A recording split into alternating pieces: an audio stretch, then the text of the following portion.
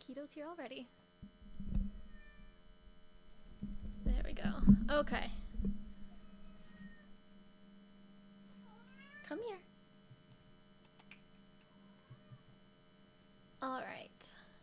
So just getting set up and getting started.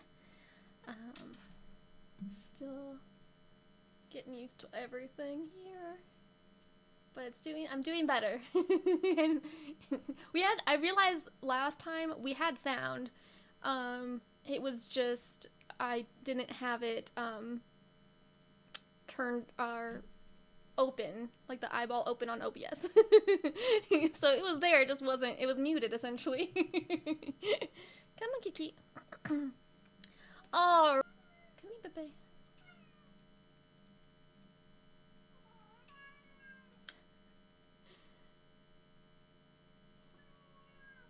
Okay, there. There we go. Keto, come here. Come here. Alright. Best chance, hey! Been doing alright. Been resting. I got pretty bad migraine, but I went away for a day and then it came back, so. Just doing the best I can. Come here. Keto. Come here. Come here. Keto has been demanding my attention every single day, all day long. Come here. Hey, come here. Come here.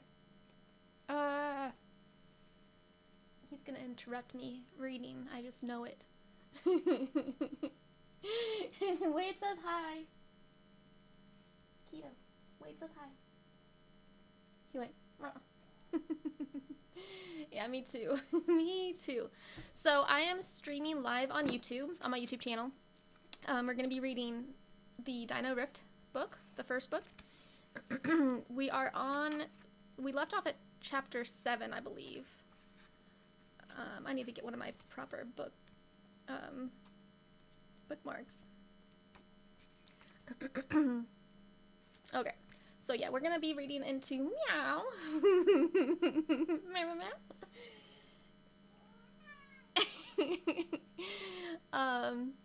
So yeah, hi Keto. So I essentially, what my plan has been is that I am doing the readings live on my YouTube channel, but then I also will be recording individual separate video, where I'm just reading for my YouTube podcast of Bedtime Stories for All. So just so you guys know, that's the plan. So I will be reading, and this is by Derek Borne, and I'm hoping that he'll notice, because I don't know if he joined my Discord or not, so if he got the alert or not. Well, hopefully he sees it. But yeah, so he's an awesome guy, super awesome, sweet guy. He has, there's a second book to this. Where did I put it? Here it is. So this is the second book of the series. And if you would like to purchase it to read along with me or read at your own pace, I do have them in my Amazon storefront. There is a link on my YouTube channel, in my video for it. And also if you just go to my Amazon storefront, and I think it's like reading something, you'll see it. It's an image of it.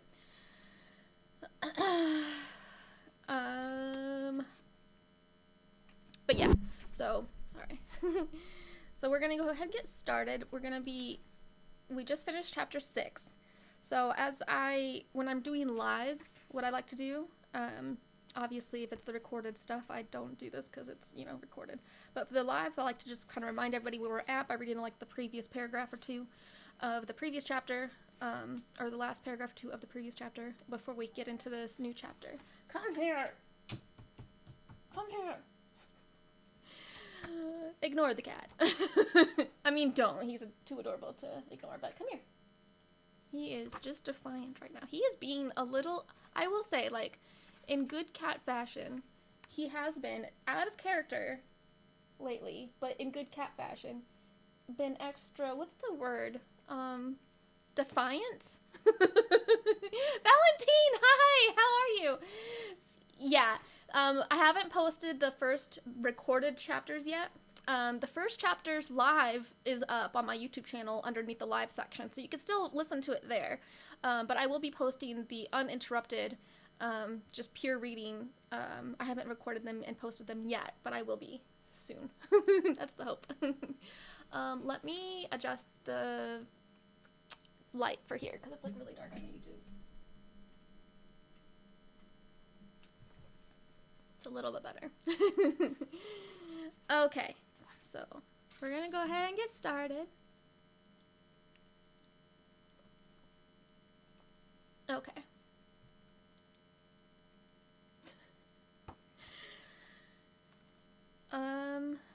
Okay. So this is from the last couple paragraphs of chapter 6, where we left off, before we head into chapter 7.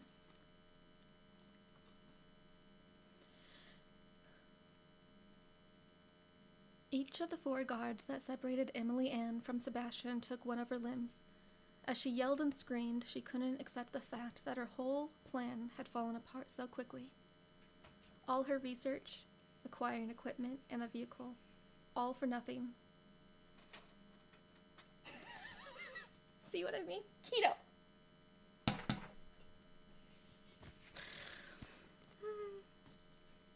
He does this on purpose, I swear. A hard heave sent Cam flying up and over the rim of surging space-time electricity. Next in line, Viv's last squirm failed to thwart her captors. Another toss. Another one through. Defenseless, EA wished she could close her ears as the insidious crackling noise grew louder.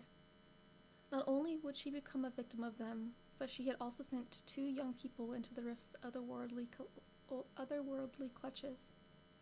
One more thing before you go, Sebastian strolled over, calm and collected. Watch out for the bugs. Hello, hello. So that was the last couple paragraphs of chapter 6. And so now we can go into chapter 7 with a somewhat refreshed memory for those who were able to be here for the last one. If not, then, you can watch the previous live as well, and I'll be posting it on my podcast, on my YouTube podcast, so. Where did you go? Okay, well maybe he'll leave us alone for a little bit.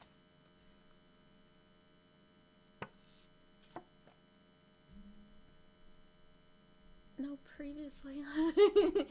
Yeah, I did that already, but you weren't here for it. Thank you for the roses.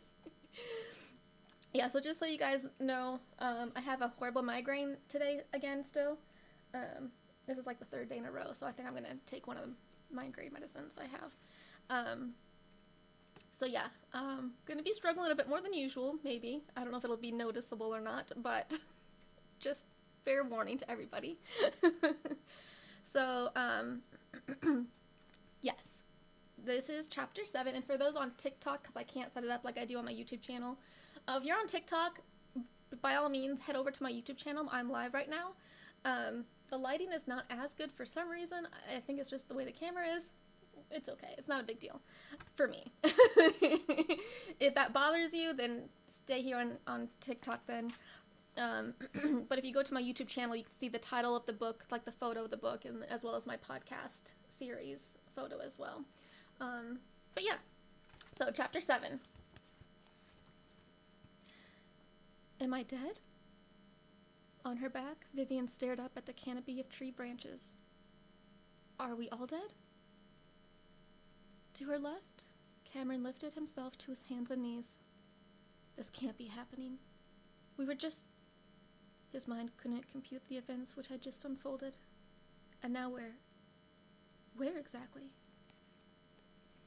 Snaps and pops of electricity preceded Emily Ann getting spit out of the rift beside them. Her breathing sped up as she glanced all around while wobbling to her feet. No. No, no, no. We can't be. Crouched a few feet from the rift, Viv combed her hair back with both hands. EA, you said your dad told you about this place. Where are we? Cam recalled another clue. That jerkwad Sebastian, he said something about back into the past.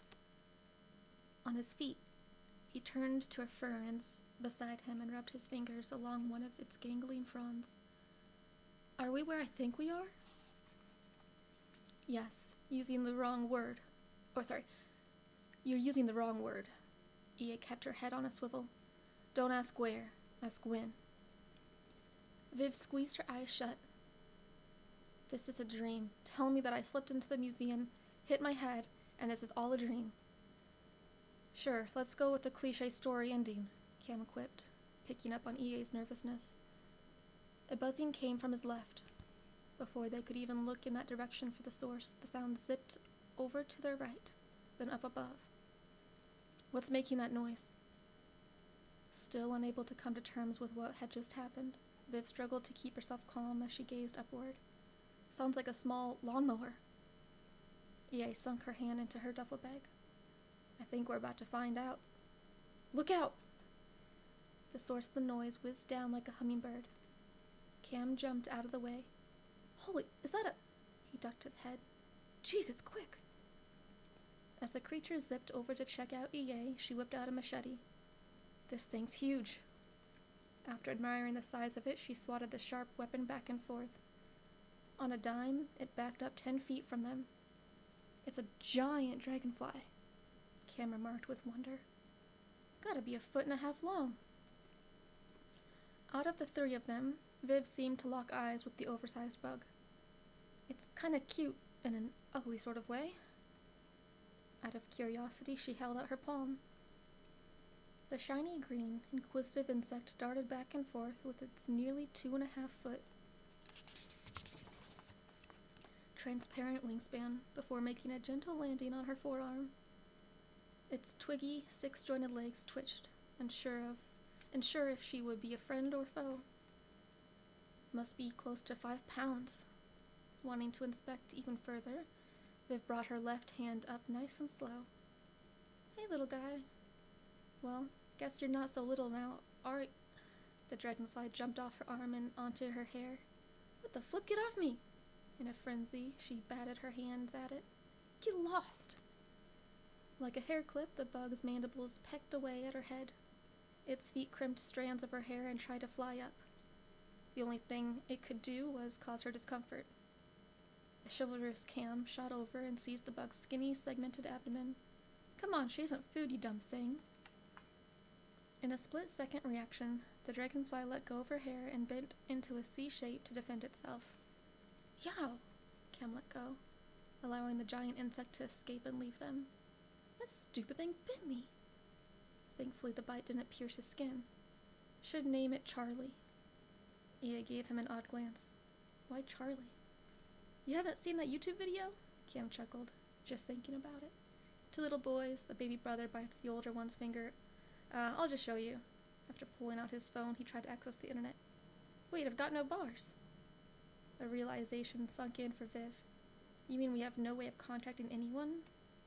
First world problems, right? Cam smirked. Gen Z would lose their minds.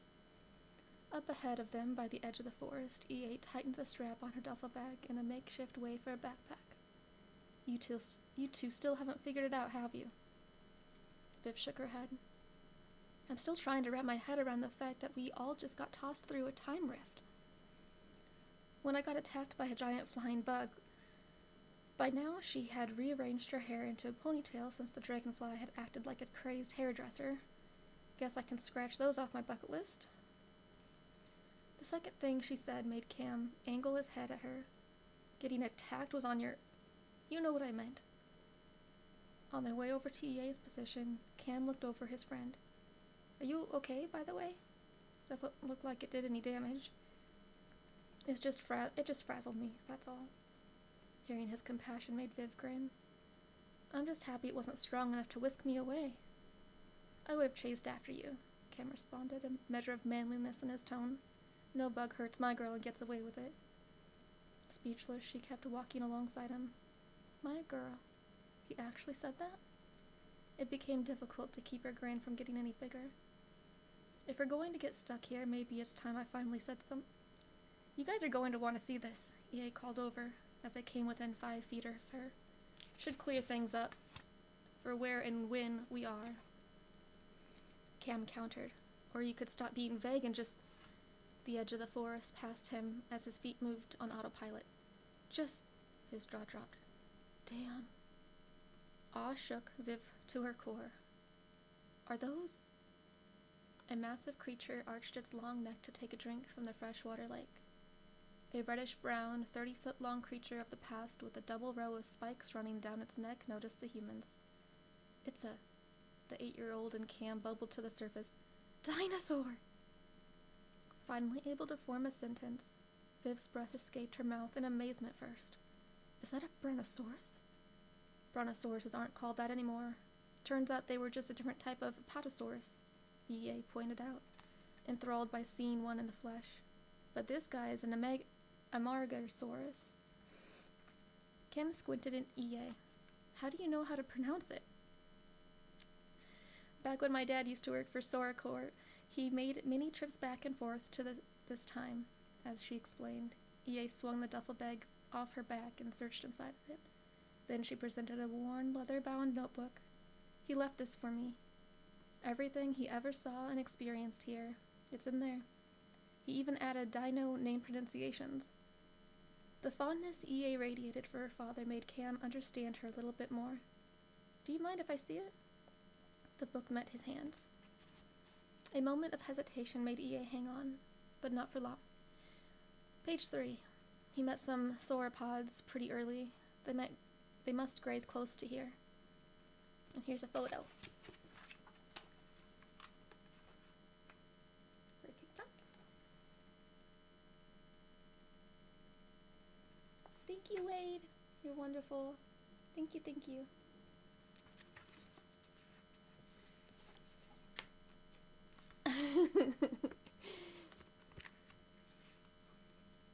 Hi, Valentine. It's a dinosaur! Okay. Cam found the section. I love this. Okay, just real quick. Okay, you guys know how horrible I am with pronunciations of, like, certain words. Like, hard to pronounce words in general. It gives you how to pronounce it. Thank you, Derek. It's not necessarily intentional here. I'll try to go a little closer. I mean, I want it to be, like, kind of... Well, it doesn't really matter for this, I suppose. Yeah. I have it turned all the way up, but I'll put it a little closer for you guys, since it's just a live. I'll turn this up, too. There you go. Yeah. Let me know if that's better. Thank you, Determinator! Okay, sorry for the disruption. See, when I record the actual podcast episodes, there will be none of this disruption for those who don't like it. Okay. Cam found the section Amargasaurus. I love that. Believed to be alive. I'm not going to remember any of that by every single word when it mentions Amargasaurus. Let me see again where it's spelled out. Amargasaurus. Where did I read it at? Oh, here we go. Okay, so, wait. Amargasaurus. Okay. Amargasaurus. Okay, I don't know if I pronounced it right the first time, but I feel like I did. Matthew! Hi! Meow. Okay. I'm just excited. Like, this is the first time I've actually read a book that actually tells you the pronunciation of a hard-to-read word. I'm so excited on that. Because I like to learn, like, you know, words and, you know, new words and what they mean or how to pronounce them. So that's exciting because, you know, my whole thing is I grew up reading books and most of the words I've learned, I never heard them pronounced because nobody used, like, big words. So when I'm reading them out loud, I realize how limiting that has been. Yeah, the video does look nicer on TikTok.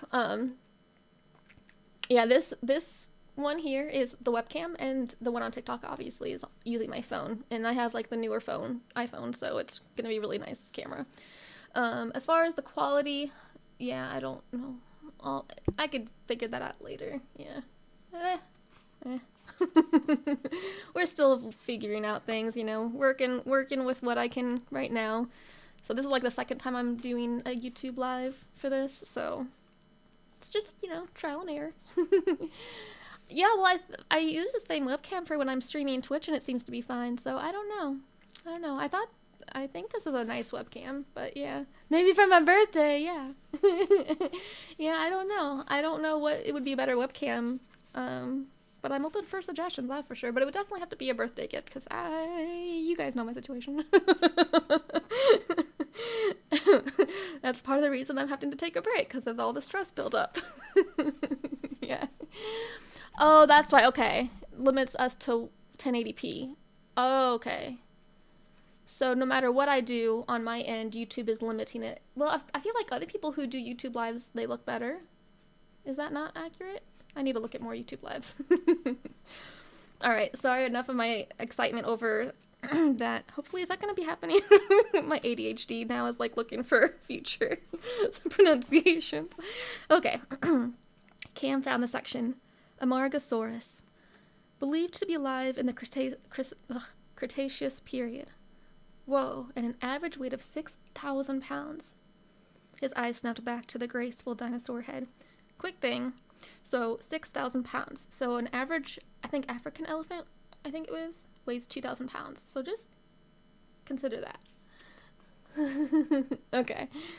Yeah, I'm not worried about it. It doesn't bother me personally, but I know some people it bothers, so that's totally valid. Okay. On an average of, his eyes snapped back to the graceful dinosaur head. This journal should come in handy. You could be like our tour guide. She laughed. A tour guide of a place I've never been before.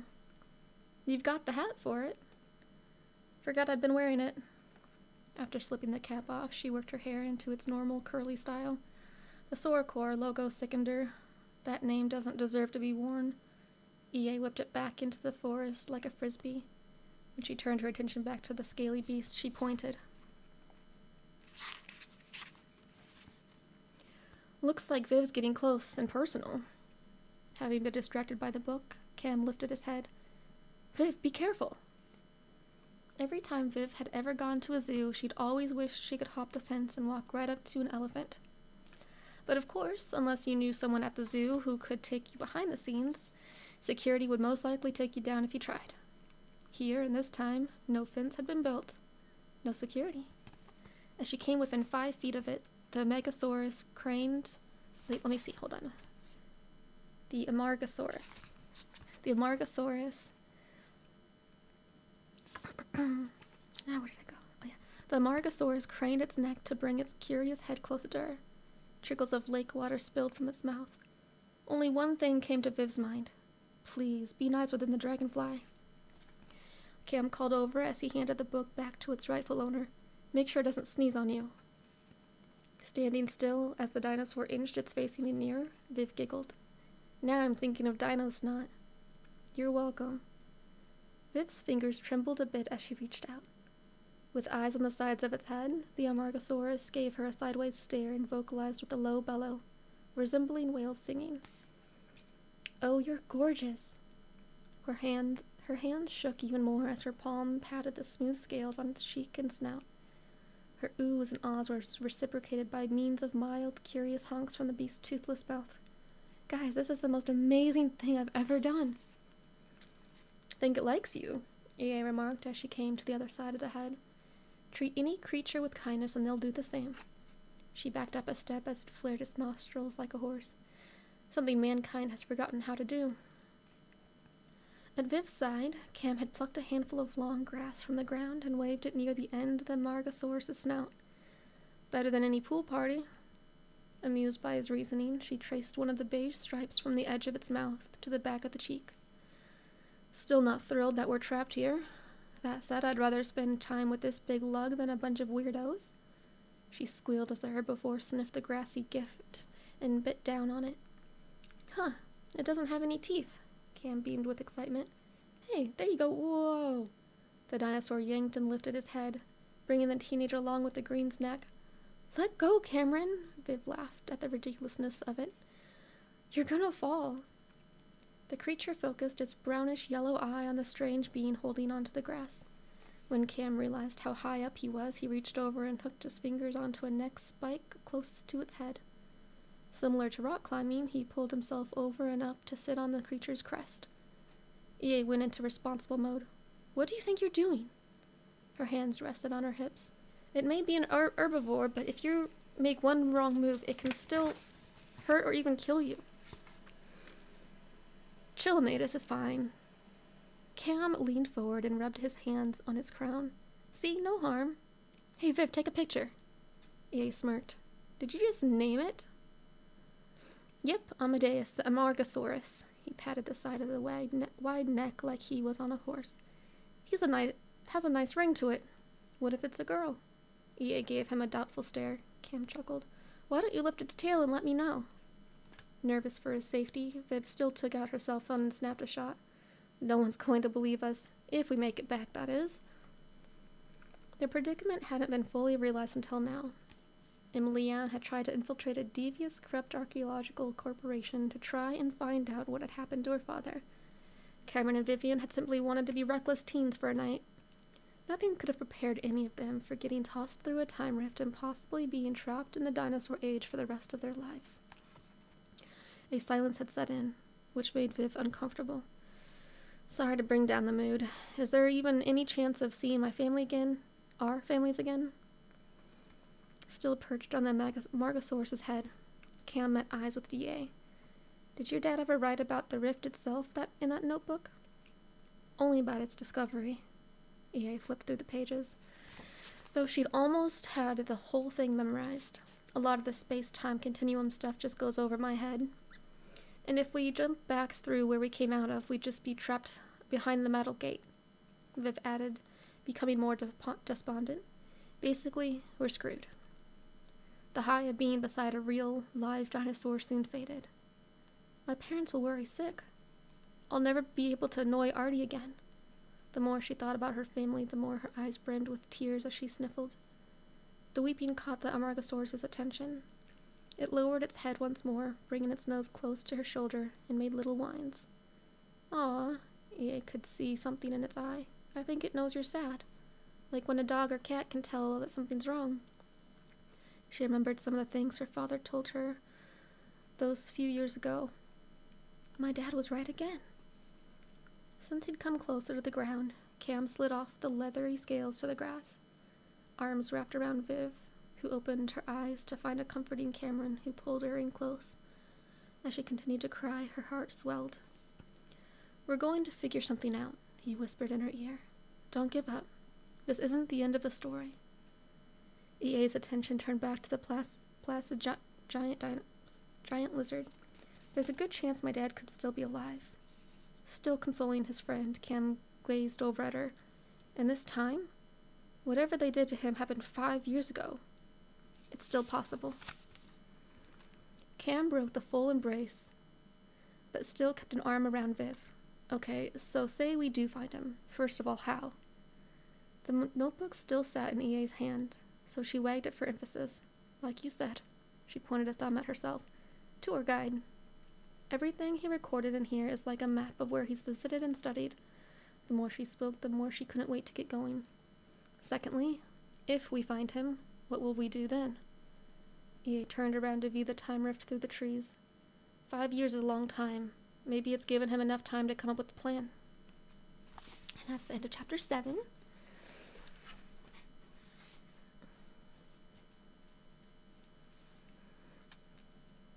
Oh, Mike, yeah, I've seen people doing those, and it's creepy to me. It's like super creepy. Like, what if I'm reading? Like, let's say I'm reading, but my eyes are on you guys. Like, how weird would that be?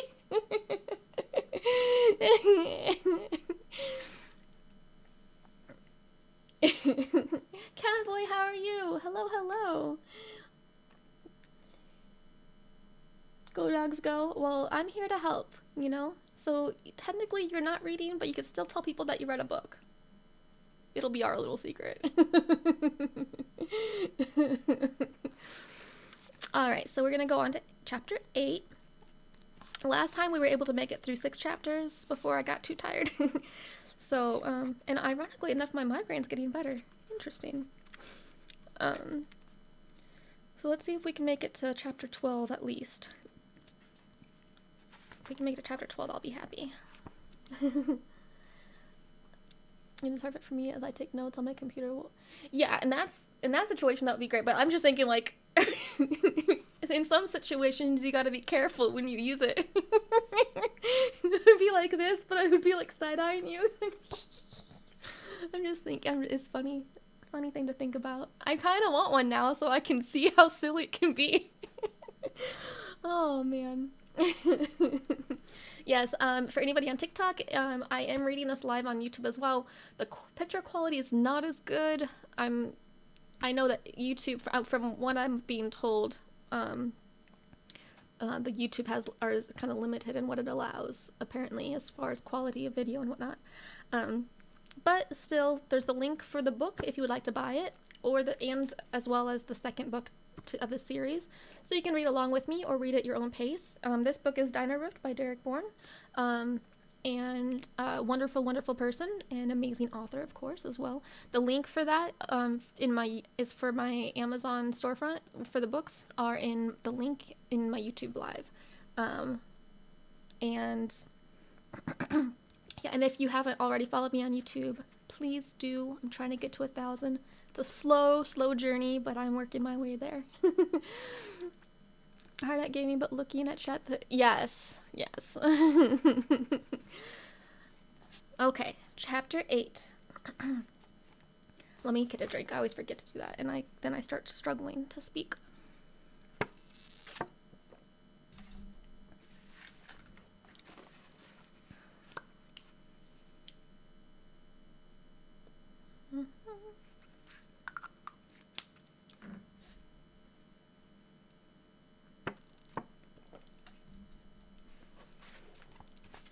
Okay, chapter 8. Sebastian Sharp rubbed his clammy hands together while on his way to a meeting. And just for anybody that's not familiar, because they weren't here for the first few chapters, Sebastian Sharp is the the head person of the Sora Corps company, and he's the one who threw these people in there. So he's a bad guy. So Sebastian Sharp rubbed his clammy hands together while on his way to a meeting. What had happened earlier replayed in his mind. Every step he took in his high-priced designer shoes distanced himself from the choice he'd made. At the same time, something about the decision followed behind him, poking him in the back of the head. It had to be done. Oh, so he has empathy of some degree. That's surprising. He nodded while repeating it to himself. It had to be done. Too many people, too many problems. The environment around him faded away as he got lost in thought. Buzz, buzz. Vibration in his jacket pocket pulled him back to the here and now. Sebastian noted the contact and brought the phone to his ear. Has a date been selected yet? Sorry, Sebastian, your ex-wife is being rather proficient at delaying things. Are you kidding? Stopping in his tracks, he raked the fingers of his free hand through his hair. All she's proficient at is being a total. His hand left his hair before he could rip a section out. I am not playing her game. She's only delaying what could be a civilized settlement. Well, as your lawyer, I suggest you still don't contact her. We don't want anything you may say to her to potentially be used against you. Heated breath shot out of his mouth. Surprised you haven't recorded that yet to play it on repeat every time we talk. A glance at his 50-grand watch told him he'd be late if he didn't get moving. What did you call me for, Preston? Julia's people informed us that you won't be able to see your son this weekend. Something about a play date. Before turning a corner, Sebastian closed his eyes as he leaned against the frosted glass wall with his free hand and grit his teeth. She knows I've been planning something special for him for a month now. Remember, there needs to be no contact. Sebastian's fist came at the glass, but slowed down on contact. His next few words came out with a whimper. I need to see Aiden. I need my son. I'm sorry, Sebastian. I'll keep you posted. Without a goodbye, he hung up. The battle to simply see his son Aiden had been going on for close to 2 years now. Not being able to see his 4-year-old had taken a toll on him. Man, this is sad now. Now I'm starting to feel bad for the bad guy. It's no excuse. No excuse to be bad. Julia's working her manipulative strings yet again. Interesting, Julia. As long as I have money to drain, she'll never change. He recalled all the time she'd complained that he wasn't focused on them as a family when everything he'd done had been for their benefit. Oh, that ain't the age-old thing. Okay.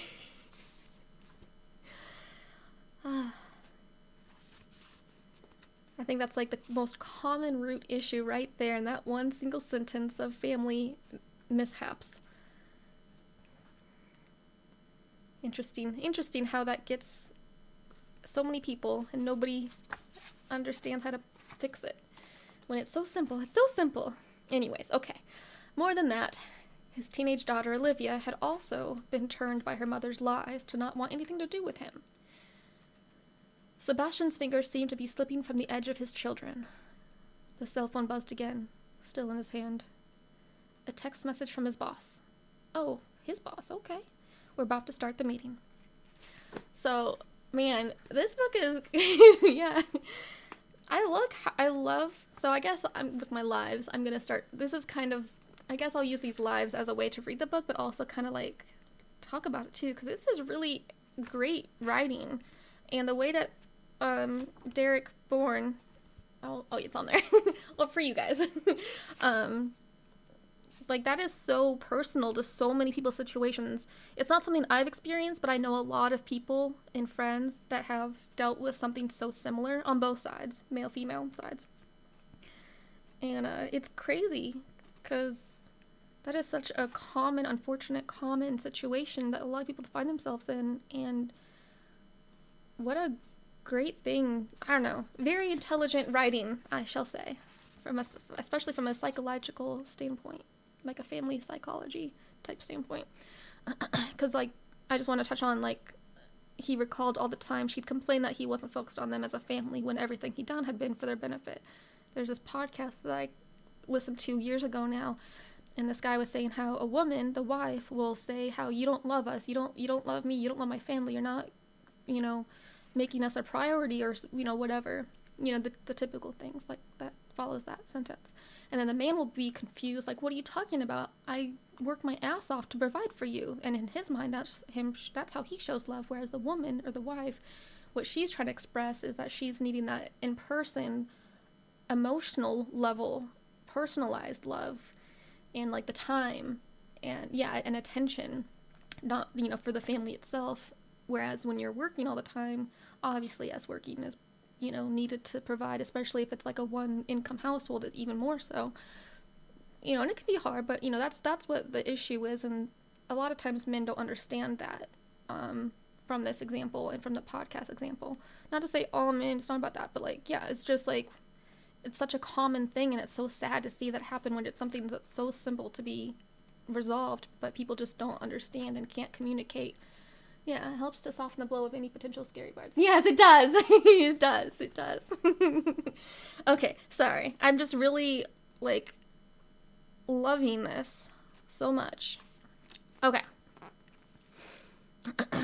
We're about to start the meeting. His whole body shook out of its numbness as he raced down the hallway. A right turn brought deep red stained wood doors into view. Well, that's not ominous. I don't know what is. Before entering, Sebastian checked his hair in the slight reflection of the frosted glass pane in the middle of the right-hand door. Sorry I'm late, Felicia. Did not see that coming. I like it, he announced while marching in and sat down in the end seat, although that could explain some things, too, on the psychological side of him. Had to take a call from my lawyer. Glad you could finally join us, his coworker remarked from the other end of the conference table. Felicia Voorhees shifted her red lizard scale framed glasses and curled a strand of wavy black hair behind her ear. And to the rest of you here, thank you for being able to make it tonight. I know it took a fair bit of travel to be here. So from my understanding, this is the same night. So they're all having this meeting like late at night. Interesting. That's not suspicious at all. Sebastian rested an elbow on the table and kept his head propped up with his hand. Oh, Felicia, you'd be prettier if it weren't for those ridiculously bright glasses. Such a man telling a woman if she'd be prettier if she did this or did that. Sorry, I couldn't help it. I had to throw that one there. Yes, my teacher's on the background. I got couple. A little, yeah. Okay, sorry. Behind her on the wall, a large flat-screen television displayed the Soracore logo. Are we any closer to locating more... Oh, there's no pronunciation for this one. Dang it. Gigantosaurus. I mean, I guess it's pretty easy. Okay. I didn't read the whole thing. I got nervous. Are we any closer to locating more Gigantosauruses? A Frenchwoman inquired closer to the middle of the table. There had to have been more than only 23. Is that French? 23. I don't know French. No? We still have a task force on the search, Nadine, Felicia remarked, almost as disappointed as her co-worker. As long as they have the highest price on them, I assure you we will search all of Pangea until... Is it Pan... Because I know the word Pangea is like the whole world beforehand, but it's Pangea? I think it's Pangea? Pangea. I'm just going to say Pangea. Until we do find more. Then she addressed the man on her left and 2 chairs down. How about you, Mr. Thomason? How are things in Iceland? We are very pleased with our discoveries. With a flick of his finger, he transferred a video from his tablet to the bigger screen. 4 months ago, we pinpointed another potential mark deep in the circular lava cave in Kalmansunga, northeast of Reykjavik. Reykjavik. I forgot I know how to pronounce that one. Reykjavik. The place in Iceland.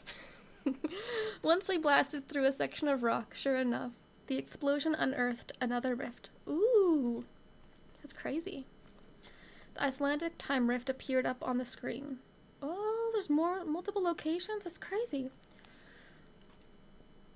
And it was just through a blast of the rock. Interesting. We have no idea why, but notice the difference in color of the space-time energy from the one located under us here. This one has more violet characteristics. Others around the table had been eager to see the official report. And what are the discoveries beyond the rift, Christian? Miss Voorhees identified a lush environment through the anomaly's window. What assets do we have to access it? Thomason continued. For so many years it had been believed no ancient beasts had roamed the area of Iceland in its Pangea state. Well, let me show you. The next slide showed a caged grayish-green dinosaur with burnt orange stripes down its back and tail. A caption at the bottom identified the creature. Lophostrophius, species L. erlensis. It's a dinosaur.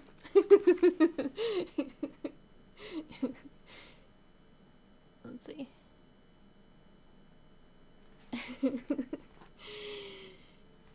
Yeah, okay. It measured over 16 feet long and stood on its hind legs. 2 red crests ran lengthwise along the top of its crown, which banged and rattled against the bars of the cage. Clawed arms also clashed against the metal. Weren't those only supposed to be found in Normandy, France? Sebastian recalled a particular detail, pointing a pin at the screen. That's a Triassic species. And a rare species, Felicia added with weight in her words. I already have a long list of buyers who've been waiting for this one. The recording showed a man walking up to the fierce creature with a raw whole chicken in one hand and an electric shock stick in the other. Here's your lunch. Zap, zap, zap. Scared screeches like an eagle mixed with a hyena came from the animal's tense throat. It's just a book. It's just a book. As the Lophostrophis cowered into a corner, the worker lifted a small metal door near the base of the enclosure and tossed in the meal. Come on, gonna eat it or what? Psycho-human. The dinosaur bent down and sniffed the bird carcass. One swift kick sent the meat into a corner, away from it. Most of those in the meeting room couldn't believe it. Felicia sighed. More evidence to what we've seen so far. She swiveled her chair back around to talk to the blonde Icelander. Any others? Of course. He sent another snippet to the television. Our very first expedition confirmed the theory that there were many lakes and rivers so long ago. Here's documentation of another finding. A petite British woman in hiking gear and a Soracor cap turned to the camera. Is that what I think it is? Look over there to your right. The cameraman panned over. Emerging from the river, a salamander-looking amphibian twice the length of the average man pulled itself onto the bank. Olive green skin covered the body, leaving the rims of its mouth more yellow. Small fangs slipped past its lips. Another caption had been added. Cyclodosaurus, species C. robustus. It looks like a cute little alligator.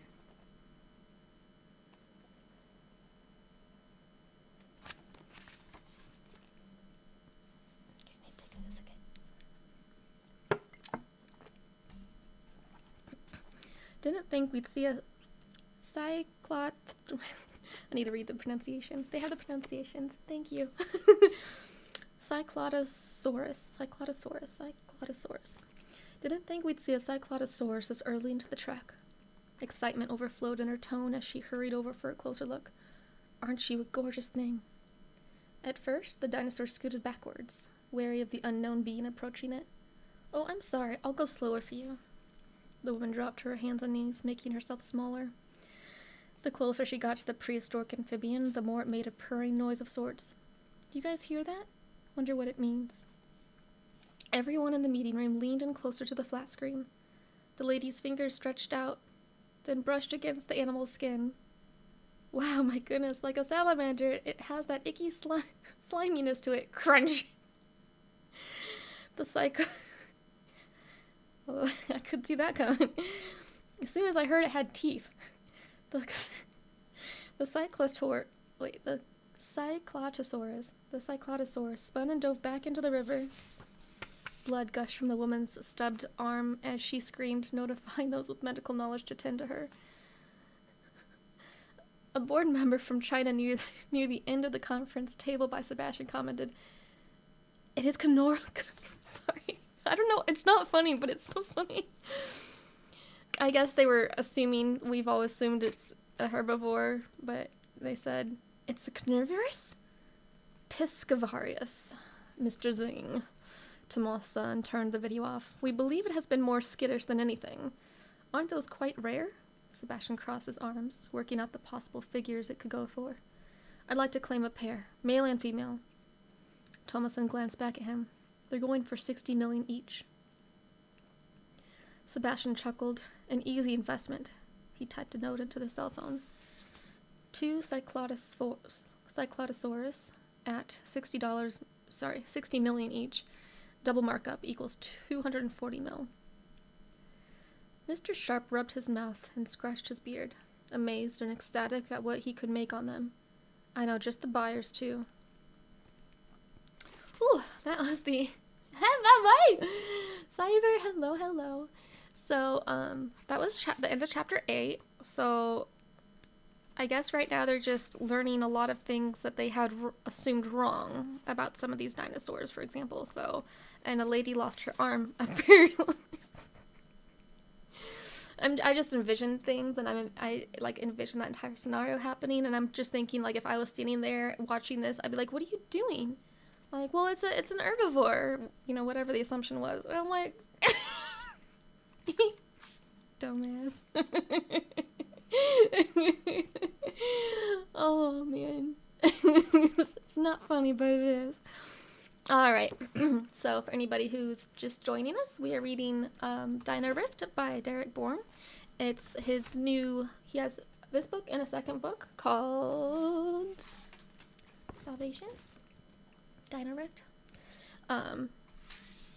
He has given me permission to read them to you guys.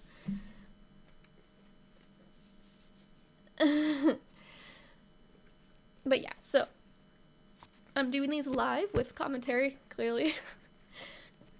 And I will also be recording these as a podcast series on my YouTube as well. Haven't been able to post them yet, but I will be getting to it, so it'll be something that will be happening in the future. So if you're not already, follow me and subscribe to my channel on YouTube. Please do so, and that way you'll get notified when I eventually do that. And it helps me get towards my 1,000 subscribers goal. Slow and steady wins the race, they say. Alright, we're continuing on to chapter 9. Oh yeah.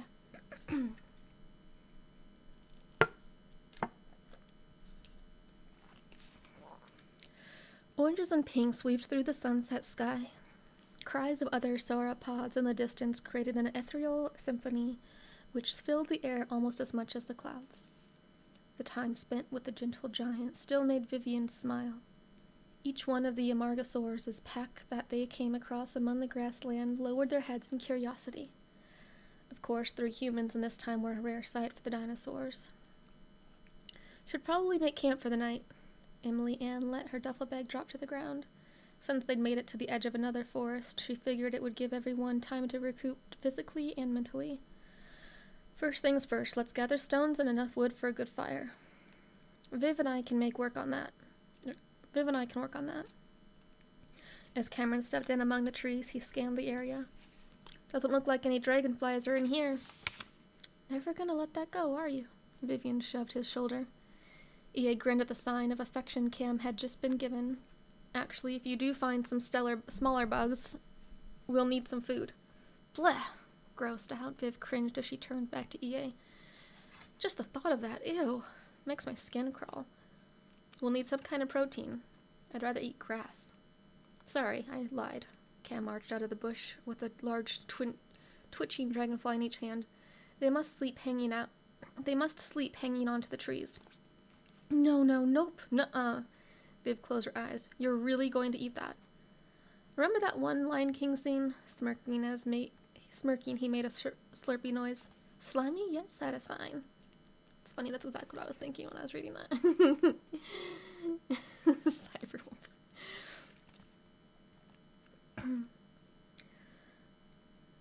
Barf. Saying it out loud even made her stomach churn. Firewood, that's my focus. EA laughed at the reaction. Might just taste like chicken. Not listening. To avoid the teasing, Viv entered the woods. Chirps and squeaks echoed from all around. Nighttime always seemed to bring out more life, whether in the present or the past. Careful steps took her deeper as she asked herself, what kind of creatures will I find? Or will they find me first?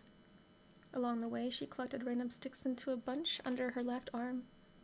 What she thought was a growl from somewhere else turned out to be from her stomach. Gonna need a lot of grass. Could totally go for some ice cream. Baskin Robbins. Aw man, cookie dough. Unless, wonder what kind of vegetables grew in dinosaur times. Vivian glanced around and hoped something edible would appear. Should probably be some fruit trees somewhere. Coo! What the? She spun around. The high-pitched cry only came once. Thankfully, she could still see the makeshift camp through the trees from her location, in case she needed to book it back. Easy, Viv. A deep breath made things somewhat better. Probably just a bird. If there are birds yet. Cuckoo, cuckoo. It came from just behind. Jeez. One of the bushes rustled to life. Multiple cries emanated from the foliage. I've seen this scene in Jurassic Park. Her eyes opened wide as she took a step backwards. Found some Baskin Robbins! Viv tossed the bunch of sticks into the air as she flailed into Cameron. You! Don't sneak up on me like that. Unable to hold back cheeky laughter, Cam managed to ask, did you just scream Baskin Robbins? That's not important right now, she shot back before pointing at the commotion. Something or things are over there. It's freaking me out. Yep. Before either of them had time to move, 3 animals emerged. Chicken-sized slender lizards hopped on their hind legs out from behind the bush. The inquisitive forest green creatures cocked their heads back and forth, gazing up at the 2 foreign humans in front of them.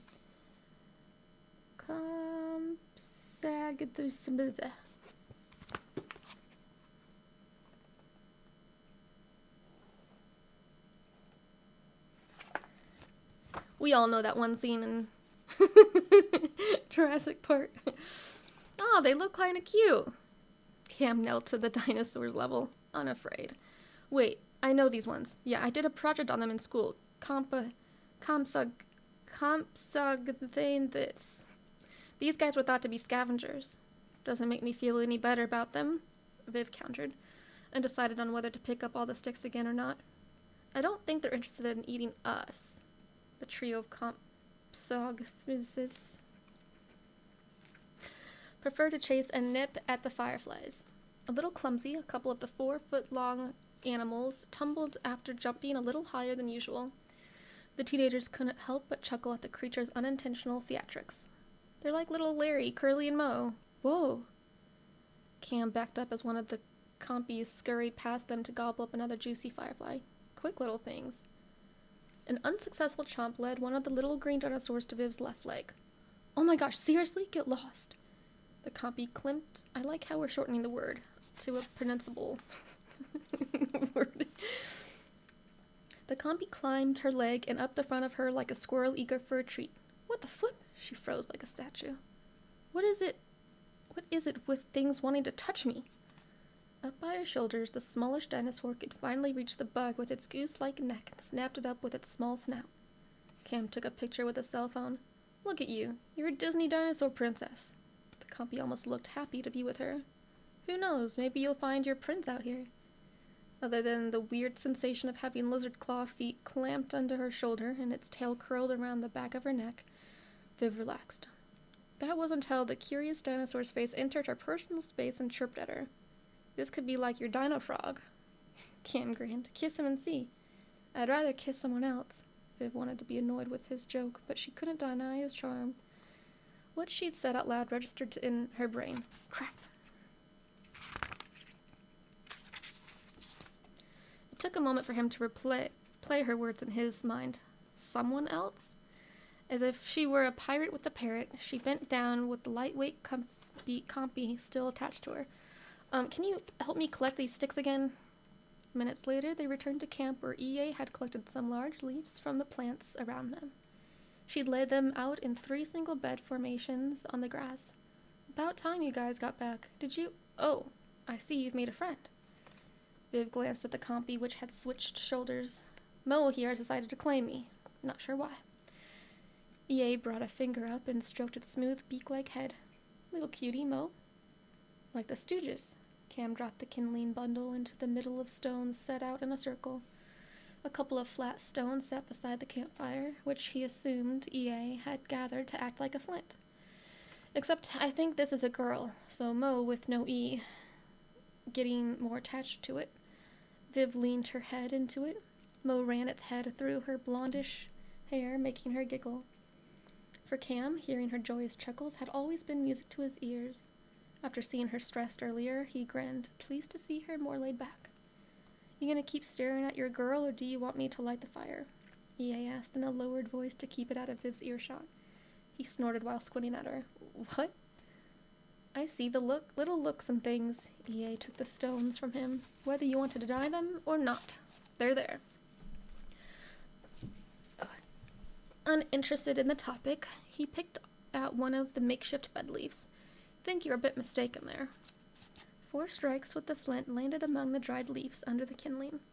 EA blew on it until the flame took. The fire doesn't know it's a fire until the spark has been lit. Are you going all Confucius on me? Cam pursed his lips, then took a quick glimpse at Viv. That's a good line, actually. Mind if I use that in a book? EA shook her head in response to his deflection as she repositioned some of the firewood for better airflow. Knock yourself out. Meanwhile, Vivian had traversed along the lines of trees in search of any kind of fruit. It wasn't until she made it about 40 feet away that she found something edible. Looks like we've got ourselves some apples, Mo, she remarked to her new scaly friend. Her thumbnail broke the skin and she scooped out a small chunk. Want to try some? Mo sized up the bit with its little black eyes, sniffed it, then snatched the chunk away from her fingers.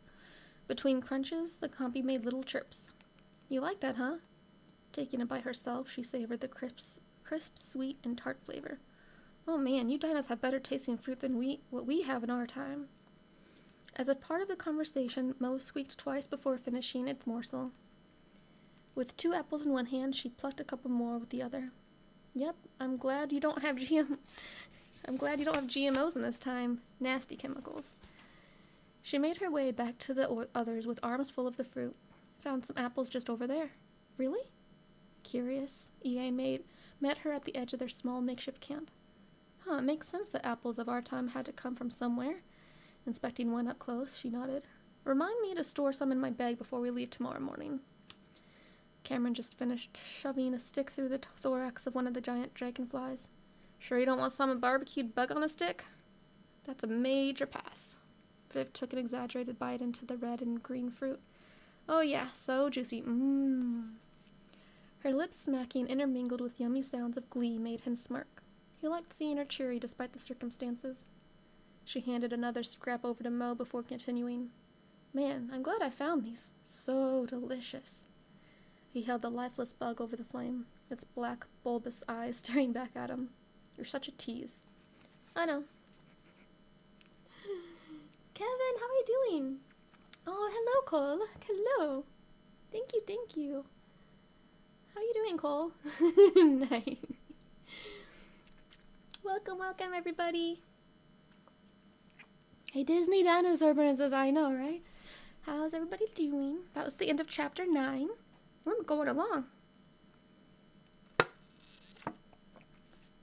We're going right along. Doing pretty good. Just been resting the last few days or so. De-stressifying the body and the brain from everything. So, well-needed rest. And we're reading the Dino Rift series by Derek Borne. He's granted me permission to read his books for him. Or not for him, but yeah, on here to share his books. And if you want to, I am also reading this live on my YouTube channel. And the link to purchase the books through my Amazon storefront is in the description of that. And I will be also recording these separately in a true podcast reading format. So there's none of this discussion or, no interruptions. So, yeah. And then also, if you haven't already, please subscribe to my YouTube channel. Tell your friends too as well if you don't mind.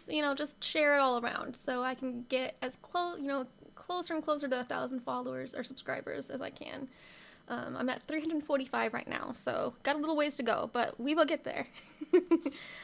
Alright, so we're going to continue reading. This is going to be chapter 10 up next.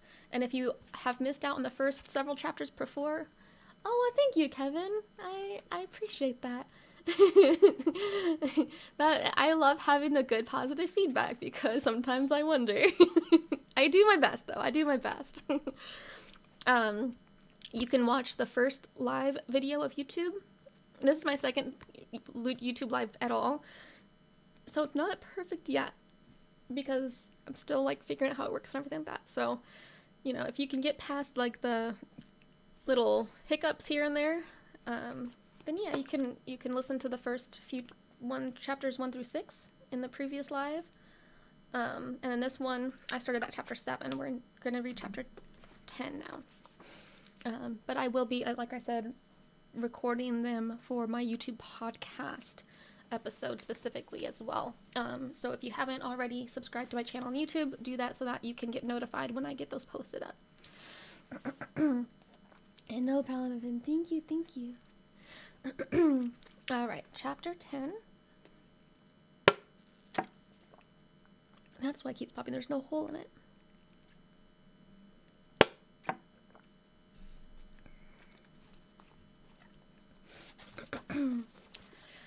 Chapter 10. Half an hour later, everyone's bellies were full. Vivian had made herself as comfortable as possible on her green, leafy bed. The number of times she jumped due to some unfamiliar noise lessened as the day went on. As for the night, she wondered what else may be lurking around them. Little Mo pranced around the campsite. It kept most of the bugs at bay by snapping them up in its mouth. The fire glistened off its smooth greenish scales. I have to say, I'm just happy we haven't come across any carnivores yet. Cameron roasted a couple of apples on his stick for dessert.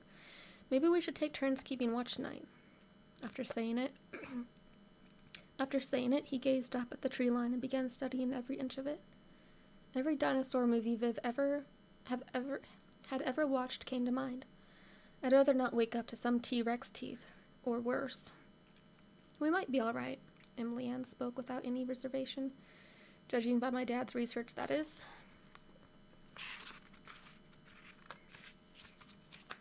Bye, Kevin. The mention of her father made Viv roll onto her side. That's horrible what they did to him, although we can kind of relate now.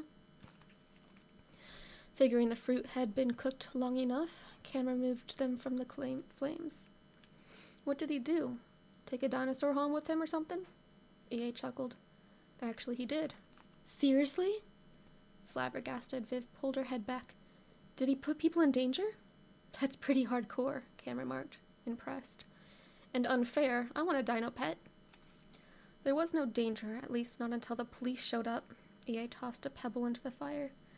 The fire's flames reminded her of how that situation had ended. Things went from bad to worse. Are you gonna leave us hanging, or are we getting story time before bed? That's what we're doing. Ready for some dessert, Cam blew on his apple and took a bite.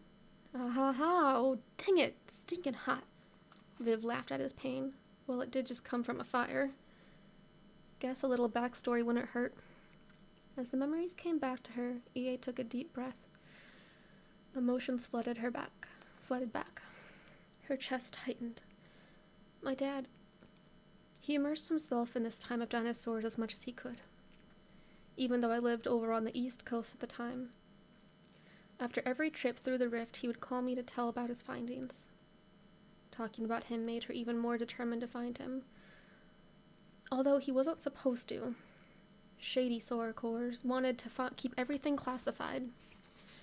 As more became revealed, Viv sat up. Sounds like you were close with him.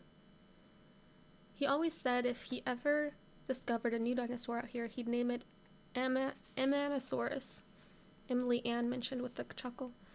Anyway, with every trip, more and more archaeological theories kept getting debunked.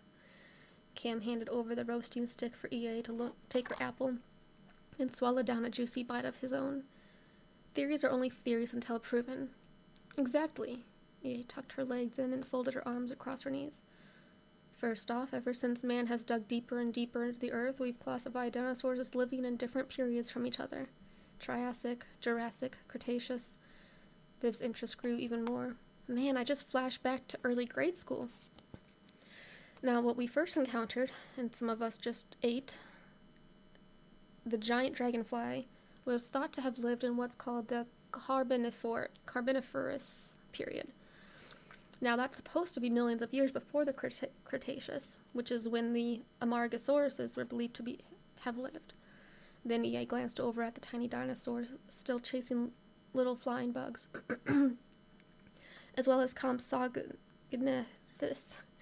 Compes was believed to live in the late Jurassic, before the Amargasaurus. As more details were brought to light, Viv caught on. But they're all here together in the same time. How can that be? Don't know for sure. A quick test of piercing her fingernail into the fruit's flesh told EA the apple had reached her desired temperature, and she took a bite. You were right, Viv. That's the best stinging apple I've had in a long time. Right? Viv kept wondering about the reason for the time discrepancy. A welcome distraction from their predicament. I've always thought it was kind of ridiculous to keep tacking on more and more millions and millions of years. Like they want it to be impressive or something. We still have no idea of how old the Earth is, Cam pointed out.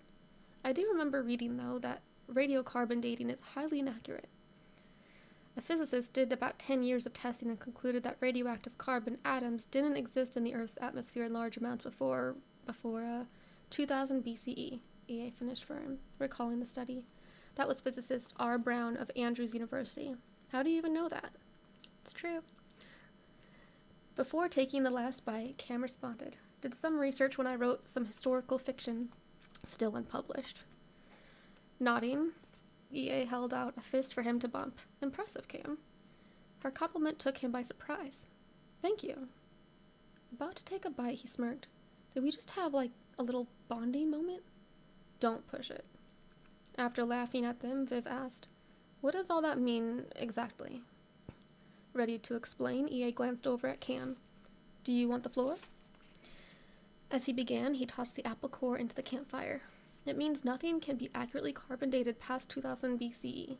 What's super interesting is, Brown stated that sometime around that date a major atmospheric change had likely occurred." EA kept nodding, like something was blocking the sun's radiation.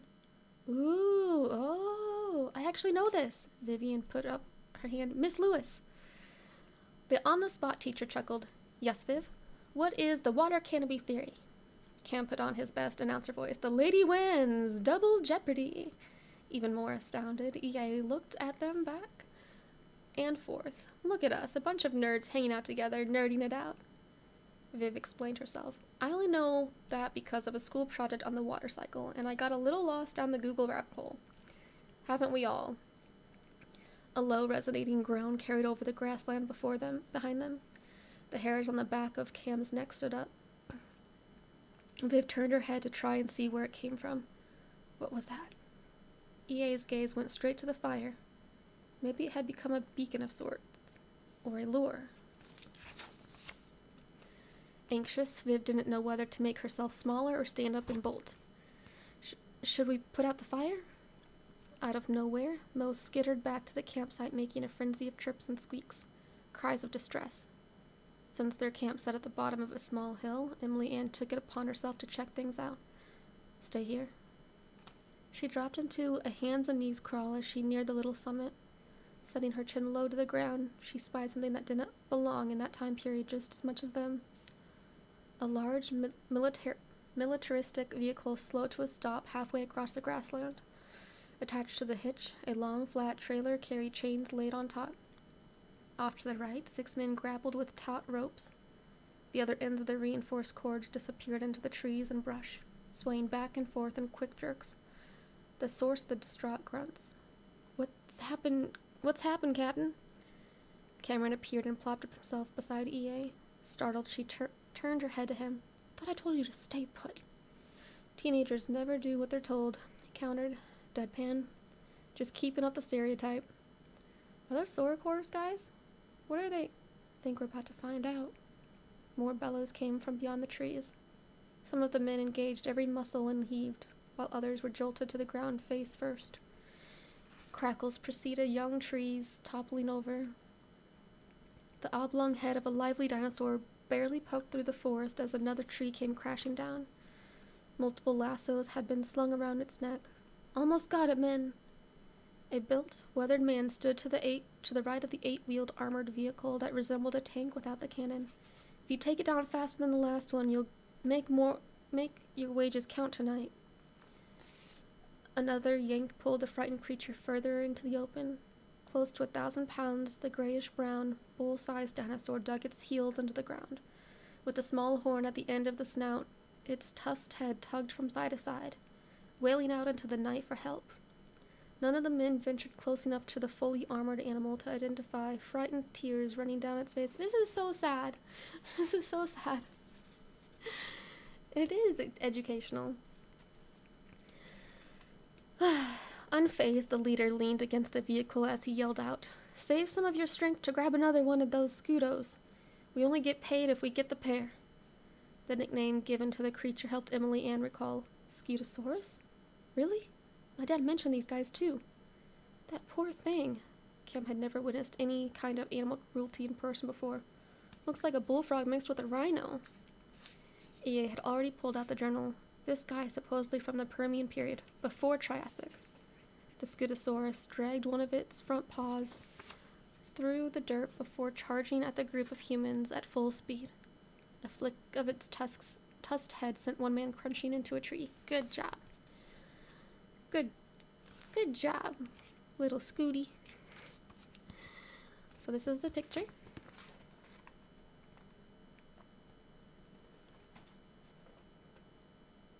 I like how he has the pictures in here. It's quite nice. I like it a lot. As other men scurried to gain containment, the Scutosaurus knocked over another operative and grabbed onto his leg with its flat-toothed jaws. An abrupt shake roughed up the man, sending bones out of sockets and other appendages snapping. Good job. Take it down, men. Their superior roared as he fired up a heavy-duty stun stick. Still crying out in fear, the herbivore reared up on its hind legs in a last-ditch effort. The force hoisted two of the men up into the air. By the campfire, Vivian jumped as a gunshot echoed. As the Scutosaurus came back down, armor-piercing tranquilizer darts in its weaker underbelly took effect. A couple of Saurochore employees leaped out of the way as the dinosaur lurched forward, losing all sensation of its limbs. The leader laughed while pulling out a walkie-talkie. All right, get the forks out here. Be careful with the package. Bosses are saying we're getting sloppy, getting too many scratches on the skin. Whatever. A forklift emerged from behind the armored vehicle. The forks dug into the ground a few inches below the Scutosaurus's belly. Scutosaurus's? 10 minutes later, the dinosaur rested on the flatbed trailer as chains were tossed around the bed and cinched it down tight. Those who had been injured were assisted to the safety of their vehicles. This one shouldn't be too far from the herd. The gray-haired leader barked on to the others. Let's grab that second Scuto. Hopefully he doesn't put up as much of a fight. Once the people drove off, EA and Cam returned to camp. What happened out there? Viv used the poking stick to keep the fire going. Was it? I heard gunshots. Instead of going back to his leafy cot, Cam plopped down beside her. Before even saying anything, he put an arm around her. Nothing died. Although, what those Saurochore men just did, he looked over at EA, shaking his head. That wasn't right either. Like the fire in front of her, EA's sense of justice burned within. They treated that Scutosaurus like it wasn't a living, breathing creature. Her voice trembled. I should have done something. That was utterly disgusting. What Cam had just seen made him realize a sad truth. There's something to be said about money and prominence. His unreasonable gym teacher also came to mind. It makes people suck. Amen to that. As much as Viv received warmth from the campfire, she more than welcomed Cam's body heat beside her. Are they coming this way? He caught the fear in her tone and squeezed her arm. No, I think they were far enough away that they didn't see us and went off in another direction. EA tissed as she reevaluated and thought from earlier. Maybe the dinosaurs aren't the ones we need to keep an eye out for. No duh. Snap. Uh-oh. In the middle of the night, Vivian cracked open an eye. What was that? For a moment, she'd forgotten where she was. The day's events replayed hazily in her head until the flattened grass underneath her reminded her that she'd been sleeping out in the open. Crack. More alert than she'd ever been before in her whole life, Viv froze and jerked her head back and forth as her gaze danced around the area. What had sounded like a twig being broken made her zone in on the force beside them. The darkness of the brush provided perfect cover for whatever had caused the disturbance. Her eyes washed away cloudiness with rapid blinks. Once she adjusted to the night, she noticed some tree branches protruding out from the tree line, swaying in the slight breeze. Of course it's nothing. As she set her head back down, Viv glanced back at the branches. Something about them seemed off. 3 of its smaller twigs twitched. Moonlight allowed some clarity to what she tried to identify. The twigs. Talons. Attached to sleek, muscular arms, snouts with nightmarish fangs peeked just beyond the tree line. 4 of them. Cam? Viv reached over to tap his foot. Cameron, wait! Seconds after she'd taken her gaze off the creature, she looked back. Gone. Whatever had been lurking had retreated into the foliage. Cameron turned over, putting his back to the forest. What, Viv? I thought I saw... Still, nothing had returned to watch them. Viv sighed as she hugged a large leaf blanket. Nothing. Sorry. Oh, that's chapter 10. Alright. So we're getting into chapter 11.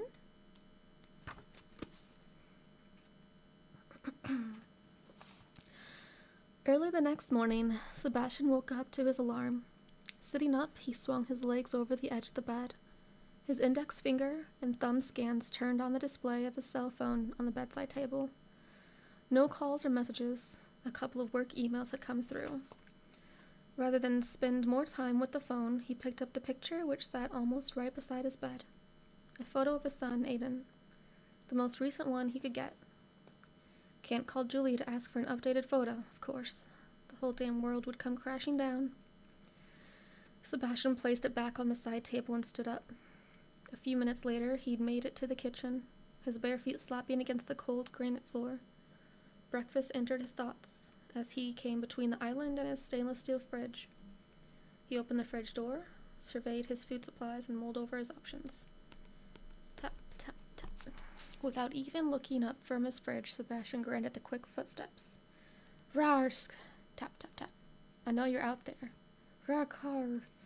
He grabbed the jug of orange juice. You coming over to see me, girl? An orangey, snouted reptilian head popped up over the door. Skreek howl. Sebastian chuckled as he gave the underside of the creature's head a scratch. Oh yeah, and did you sleep well, Trudy? The fridge door swayed closed. A cheerful, slender juvenile Trudon chirped in response. By species, it resembled a slightly larger version of a Compsognathus. Guess you're wanting some breakfast too, huh? Sebastian opened the fridge once more and reached into one of the lower crispers where fruit would normally be cut. Instead, he removed a dormant dragonfly. Still love these things, don't you know? Or don't you? Trudy's eyes went into predator mode. Hey, Sebastian raised his food holding hand higher and snapped his fingers with the other. Watch the fingers this time. The dinosaur stayed put while flexing its little arms, anxious to tear into its meal. Good. He set the insect down on the pristine, white granite-countered kitchen island. Then he placed his left hand on top of the dinosaur's head. Wait. About to snag the bug, Trudy jerked its head back. Sebastian couldn't help but chuckle. Aw, you're too cute. Go ahead. Teeth flashed as the insect left the island within a second. Like a squirrel coveting a walnut, Trudy clutched the dragonfly in its clawed hands and strolled off to dine. Cow. You're welcome. Sebastian served himself some orange juice and hopped onto one of the bar stools. Taking the first sip, he turned on his tablet. Ding. Trudy turned its head to acknowledge the visitor. Cree? This early in the morning?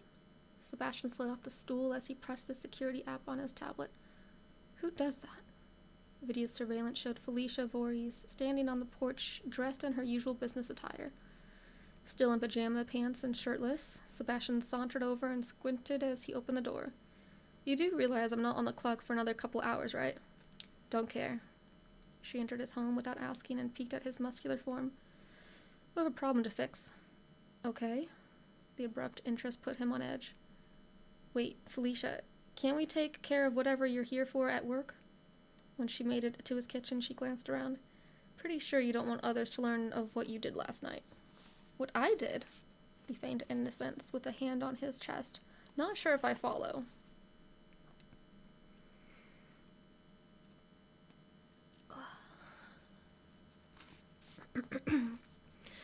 Sebastian, this is very different from what was decided upon concerning Theodore Lewis. Felicia remained serious as she sat on a bar stool and straightened her beige jacket and black skirt. At least that was a decision made by the organization as a whole. All he responded with, another sip of orange juice. Fine, if you're not going to talk about it, I will. From her purse, she pulled out a manila envelope and removed pictures. Felicia spread them out for him. First of all, why was there a truck parked outside our facility here in Utah? He shrugged. Must have run out of gas or something. Damn it, Sebastian. She held up another photo, this time of the two teenagers with an African-American woman. Did you really think I wouldn't see the security tapes? Especially when it comes to them going into the rift area, and somehow not coming back out with you? As she raised her voice, Trudy, the Trudon, poked its head around a corner and cooed. Felicia placed one hand on her forehead to rub it and pointed at the dinosaur with the other. And then there's still that. I've always kept an eye on Trudy, he countered, fully aware of the weight of having a dinosaur in his possession. She can't escape this place. And I've kept your little secret pet from the rest of the board, she spit back, unbridled weightiness in her tone, though her piercing eyes bored into his. She turned back to the pictures. But this? 2 kids and some woman? Sebastian rubbed the back of his neck. Emily Ann Lewis. She's Theo's daughter? Overwhelmed, she slid off the stool and began pacing. The situation has just turned into a potentially worse one. This isn't happening. She stopped and stared him down. Tell me you didn't do what I think you did. After finishing his juice, he shrugged again. People go missing all the time. Still holding a picture in her hand, she crumpled it up and shook her fist. If the police or detectives come knocking on our doors, you can forget about me bailing you out. As she bored into her gaze into his, she shook her head at him. We could have let them go. Even if they tried to tell anyone anything, who would believe them? Felicia began chewing on her bottom lip. I mean, a couple of kids, Sebastian. Of all people, I thought you would be better than that. The last comment slammed into his hardened exterior. Smash. Trudy screeched as she ran from the room. The empty drinkware traveled from the island to the backsplash on the wall. Cracked tiles and shattered bits of glass littered a section of his countertop. His outburst made Felicia jump. Don't you dare play that card on me. Sebastian's words came out hot and furious. His chest heaved up and down as he threw a finger in her face. They found the rift. It was either keep tabs on them for the rest of their lives or remove them from the equation. I saw it as no different than the Theo incident. Mm-hmm. And what would you do if Olivia or even Aiden found the rift? Mouth open. Sebastian could only find silence to retort with. After waiting a few seconds for a reply, Felicia headed for the front door. That's what I thought. Before she reached the door, he called down to her. That's different. To you it is, she fired back. Better figure out your statement for the police now. The door closed behind Felicia. Tension remained in his chest. That's different. Sebastian wiped sweat from his face. He braced himself against the island as a whimper shuddered out of him. He'd made his decision. Now he had to live with it. The ringtone on his cell phone rang its tune. He fished it out from his pajama pant pocket. A deep breath exited his lungs as he swiped the green indicator. A business tone readied itself in his voice before he brought the phone to his ear. Mr. Bartoloni, good morning. How are you today? Calmness finally took over him as his nasal airways opened up. Yes, I've got just the dinosaurs to add to your aquatic collection. Have you ever heard of a cyclotosaurus? Cyclotosaurus.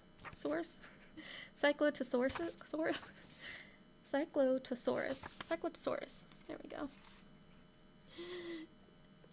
Oh, right, exactly. Jerome. Derek! Yes! Glad you can make it. How are you doing? Good evening. We just finished chapter 11. I'm loving it. I am so excited. We just have pockets. Where does Sebastian shop? I found some pajama packs that have pockets too. I'm so excited. Sweet.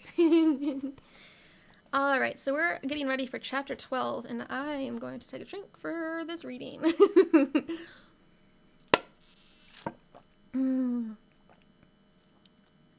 So are you guys loving it so far? Because I am.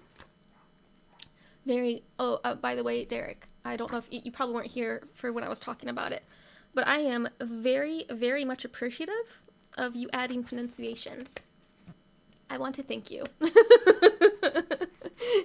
I love that. Not only for learning, because, especially if you're not big, I'm big on dinosaurs, but I enjoy learning things, and knowing how to pronounce things properly is really helpful when you're reading. Without having dinner. Oh, you were totally fine. I have pajama pants with pockets too. Only a few, but yeah. You need to find a new place to buy pants. Tongue twisting clips, yes. All right. So for people on TikTok who are not aware, I am also live on YouTube. My YouTube channel. I'm still getting the hang of YouTube lives, so it doesn't look as great, lighting wise, for some reason, even though I'm at the same setting. But if you are wanting to buy the Dino Rift book and the second book of it, you can go to my the link in my YouTube channel, and the link for that is the books are there in my YouTube description. It's in my Amazon storefront too. If you would like to go to the link in the bio on TikTok and go to Amazon storefront, Bad Pikapi's Amazon storefront, and it'll be in the readings idealist section. And there's a photo of it right there. It looks like this. So, yeah. Become your favorite so far? Ooh, that's a tough one. I mean, I think so far out of the characters that I've, besides the dinosaurs, because I think the dinosaurs are easily my favorite. Yeah, I think the Sebastian character is, like, I mean, obviously we're only in we just finished chapter 11, so, I love how you're writing the character of Sebastian. I don't like Sebastian, but I think the character, what's the word I'm looking for? Complicated. I really like the complication. You write him very human, like a layered personality. And, you know, because a lot of books, I feel like they have characters and they're, like, straightforward. Kind of like, I don't know if anybody, like, I know some of you are, like, D&D people. So, like, you know, when you're picking, like, a, chaotic good is usually the one I pick. You know, you play the game strictly as that, but human beings are actually, you know, you're not always chaotic good. You're not always lawful good. You know, it's a mix. And so I think, like, how you're writing him is really personable to a lot of people. Yes, and I think that's really confusing. Complex dynamics, yeah. I think it's really confusing in a good way. Like, not confusing like an onion, yeah. It's very human, and I think it's really a fun character to read. I don't like the character itself. But I don't know, maybe he'll surprise me, you know? I don't know. We'll find out. But yeah, I really enjoy how you're writing Sebastian. I think it's phenomenal, and I think a lot of people can relate to him with the whole family dynamic thing. I know a few people in here specifically can very much relate to his character as far as the family dynamic scenario part of the Onion. So I think it's really, really fantastic writing for him. Wait, did someone in your community write this? Yes, Jerome. So in my YouTube live right now, Derek Borne, he's the one that told me about his book. And so he's allowing me to read this book. He's in my YouTube live right now. Just wait until you meet Mr. Bartoloni. Oh, we did just get introduced to Bartoloni. He just called on the phone. But that's all we know so far. Mr. Bartoloni. The last paragraph is the first time I've read that name. So I guess chapter 12 maybe, or the next, oh yeah, the 13 maybe, is where we'll see about him maybe. I don't know. You know, I don't know. So yes, I'm really excited. I'm loving this read. I love the little, yeah. And yeah, thank you for the photos. I love the photos. That's a huge, huge thing because it's nice to know, especially when it's like educational, you know, historical. Like dinosaurs, you know, like learning about dinosaurs, to like see the images, to have an idea. Because it's fun to, you know, imagine, but when it comes to something that's actually like a thing, where, you know, it's nice to see little, like, you know, these cute little drawings. And it's kind of done like in a sketchbook of EA's dad. And then I think my favorite thing, kind of comically, has been the pronunciations. So I don't have to Google it. Yes, thank you, Colby. Thank you. All right. So, yeah, so everybody, we're going to be continuing on. We just finished chapter 11, so we're going to be continuing to chapter 12. I am doing a YouTube live as well, if you're on my TikTok. And I will, just reminding everybody that I will also be recording individual chapters for my YouTube podcast, so that if you weren't here for the previous chapters, you'll be able to catch up with them at your own pace. And please remember that the link for the book, it's also it's in my Amazon storefront as well. So it's an easy find if you're on my TikTok. You go to my Amazon storefront link, and it's also in the description of my YouTube live right here. You can click on the link and purchase both of these books. This is the first book. This is the second one. So you can read along with me or read at your own pace. Yeah, it's a great read, and it helps support an amazing author. He's an amazing, amazing person. Yeah, so she's my favorite too. Thank you, Cole. Thank you. I have a local friend that's an artist. She did all of the sketches for me. Oh my goodness, man, you got all the hookups. I love it. you're a very well-connected person, and that is the only way I feel like you can make it in this world, is when you work with other people. You know, a community. Major props to the author. Yes, I have a question to ask if there's time. What is your question? He is in my YouTube channel, so if you ask the question, I will read it out loud. As long as it's appropriate, Jerome. I know you. And while you do that, I'm going to take a drink so we can continue reading. Because it gets rough to keep reading. Such a great friend. Yeah, I don't know about awesome. I'm half decent. See? A true mark of a good man. When it's questionable is when the guy says that, yes, they're an awesome guy.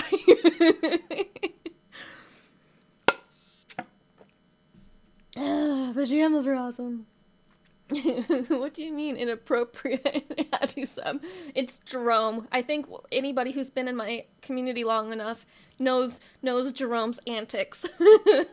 All in good fun. Like, not bad. Not actually bad.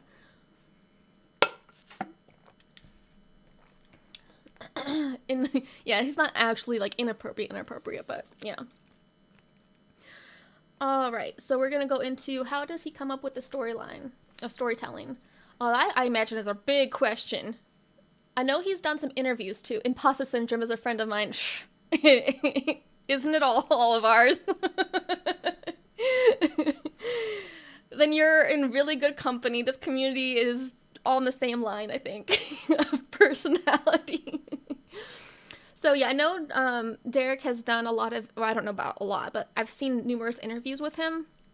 I don't think that's a hard question to respond to in text form, but, right?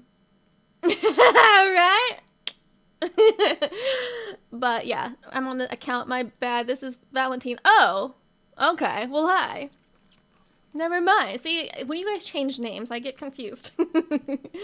Yeah, so I know that he's done some interviews, so he probably talks about that in one of those if you want to check those out. I do have his, at least my YouTube live, I have his account tagged, so you can click on him and subscribe to his channel and see the interviews and stuff, and he probably talks about it. Storytelling is, wait, do you have a week for me to explain exactly? Exactly. It'll take some time. I can only imagine. That's a really big question.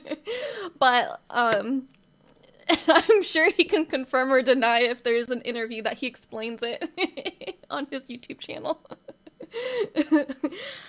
All right, and from then we will start into chapter 12. All right, chapter 12. Scrape. Emily Ann's head rolled to the side. Scrape. Strands of grass brushed against her cheek. Scrape. Scrape. What? Dazed, she squinted as she realized dawn had come. Hiss. Scrape. Thump up. A rock had skidded under her back. One of the large plant leaves of her bed slipped out from under her. Scrape. Once EA's eyes adjusted, she noticed tree limbs above her seemed to move past in some kind of interval. It hit her. She was moving. Instead of glancing side to side, her head snapped up. She was being dragged. Oh my God! Mandibles the size of barbecue tongs were crimped around her left foot. Foot.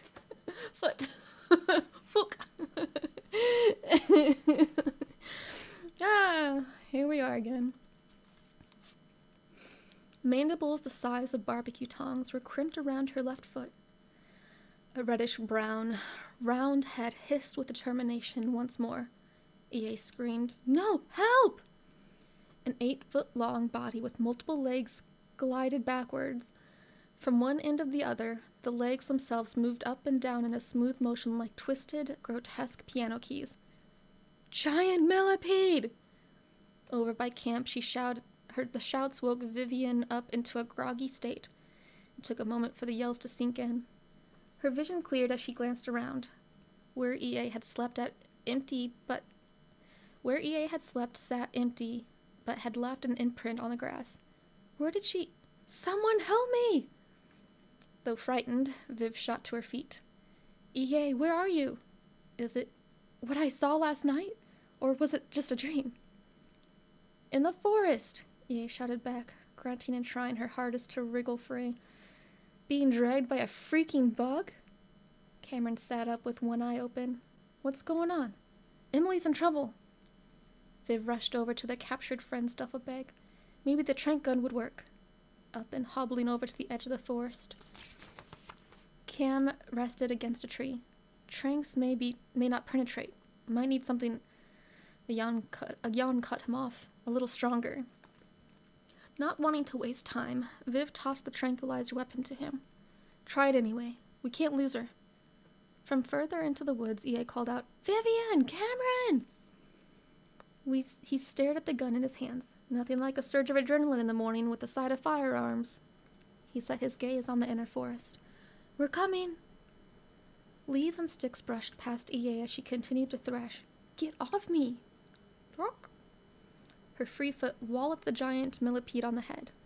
The oversized anthropod hissed at her. For the most part, it remained undeterred. All its focus remained on keeping hold of the morning human meal. A flick of its strong body rammed her into a boulder. Her ribs struck the hard rock. EA gasped in shock and for air. This thing's gonna kill me. Another jostle knocked her clambering body onto her back. As she rolled in onto her right side, she managed to glance down to the back end of the huge bug. The rear began disappearing into the ground just before a mossy log. Oh god, no, it's burrow. A low-lying cicada tree with palm fronds and a trunk resembling a pineapple came up on her right. Like a fish out of water, she lurched her body over and clasped her hands onto the bumpy tree trunk. Every muscle in her body engaged, inducing searing pain due to what must have become a cracked rib on her left side. I can't die this way. Meanwhile, Cam hoped he'd been heading in the right direction. Hey, I need your voice for guidance. Another tug from the millipede made her suck in an agonizing gasp. Over... here! 30 feet at 10 o'clock from his position. Almost to you. As he took off, he glanced back for a moment. Where's Viv? The roughness of the plant's bark scuffed against EA's palms. Determined, the giant bug planted its back half and lifted the front half higher into the air. EA's fingernails dug into the tree until shooting pain flared up from under the nails. If she held on, the possibility of her nails getting ripped from their respective fingers would cause even more agony. Otherwise, she'd continue to be at the mercy of the monstrous vermin. Phew, phew. 2 tranks glanced off the insect's armor like exoskeleton. After firing the shots, Cam stood there. Shock set in. Crap, tranks are useless. Then try... EA's arms and hands grew tired as the millipede lowered its front half and yanked once more. Something else. Face to face with danger, he became paralyzed. I don't know what to do. Do? EA grinded her molars together. Anything! A war cry sounded. From behind a tree, Vivian sprinted and leaped onto the back of the millipede. Positioned behind its head, she raised a knife and slammed it down with a yell of exertion. Once, twice, 3 times she sunk the blade in. The giant insect writhed, giving in to a slow death. Its mandibles drooped. Finally, able to take her half-worn hands off the tree, EA tucked her feet away from the enormous bug. Flippin' heck! That was insane! More than happy to no longer have to fight for her life, she turned and smiled at her rescuer. Viv, you saved me. Viv stared wide-eyed at the dagger still in her hands. Can't believe I just did that. Slime from the innards of the millipede's head dripped from the blade. Oh. She cringed almost to the point of puking as she tossed the knife to the side. That was absolutely disgusting. No, that was amazing. EA hobbled over and gave the teenager a tight, appreciative hug, within her parameters of current searing pain in her side. Didn't know you had all that in you. About 10 feet away, Cam stared at his best friend, mouth open, arms slack. Holy mother, she just did that. Her assault on the bug amazed and almost scared him. Seeing the intense side of her also unlocked something within himself, creating uncertainty of how to deal with it. That was kinda hot. The 2 ladies stepped away from the dead bug. EA placed a thankful hand on the side of her savior's face, hoping to lessen Viv's worries. Are you good? I mean, You and all badass Xena warrior princess on that thing, but are you okay? It took a few seconds for Viv to process it all. I stabbed that thing. After swallowing down a lump in her throat, she shook her head in realization. No, I just killed this thing. Yes, but you saved my life, Viv. As the adrenaline wore off in EA, she winced when the palms of her hands rested on her friend's shoulders. As much as this hurts, I'm happy to still be alive to feel the pain. Aww.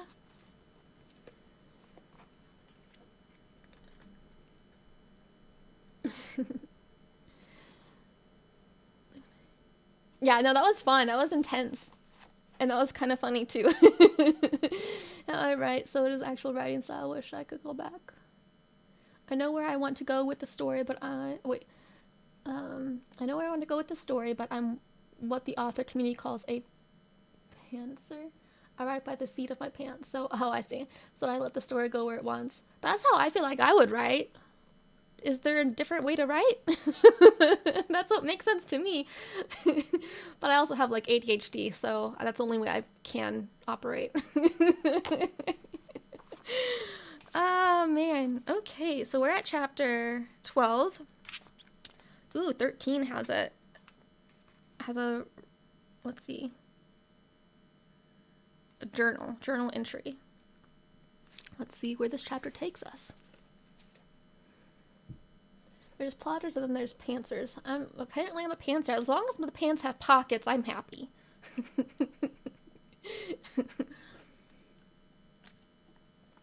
Okay. If you're just joining us, thank you for hanging out. I am reading Derek Borne's Dino Rift, and it's a book that when did you publish this? Like how long ago?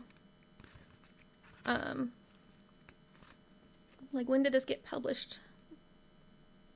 Because I see copyright is 2021. But yeah, so we're reading his book, Dino Rift. And there's also a second book, Sarahcore, Salvation. And if you would like to buy it for yourself to read along with me, or if you would like to read it at your own pace, there's a link on my YouTube channel, or on the description of this live. And I will be also recording individual chapters for anybody who needs to hear it at a slower pace or doesn't like the disruption of the lives. I had some very happy readers that just love Bugs. Yep.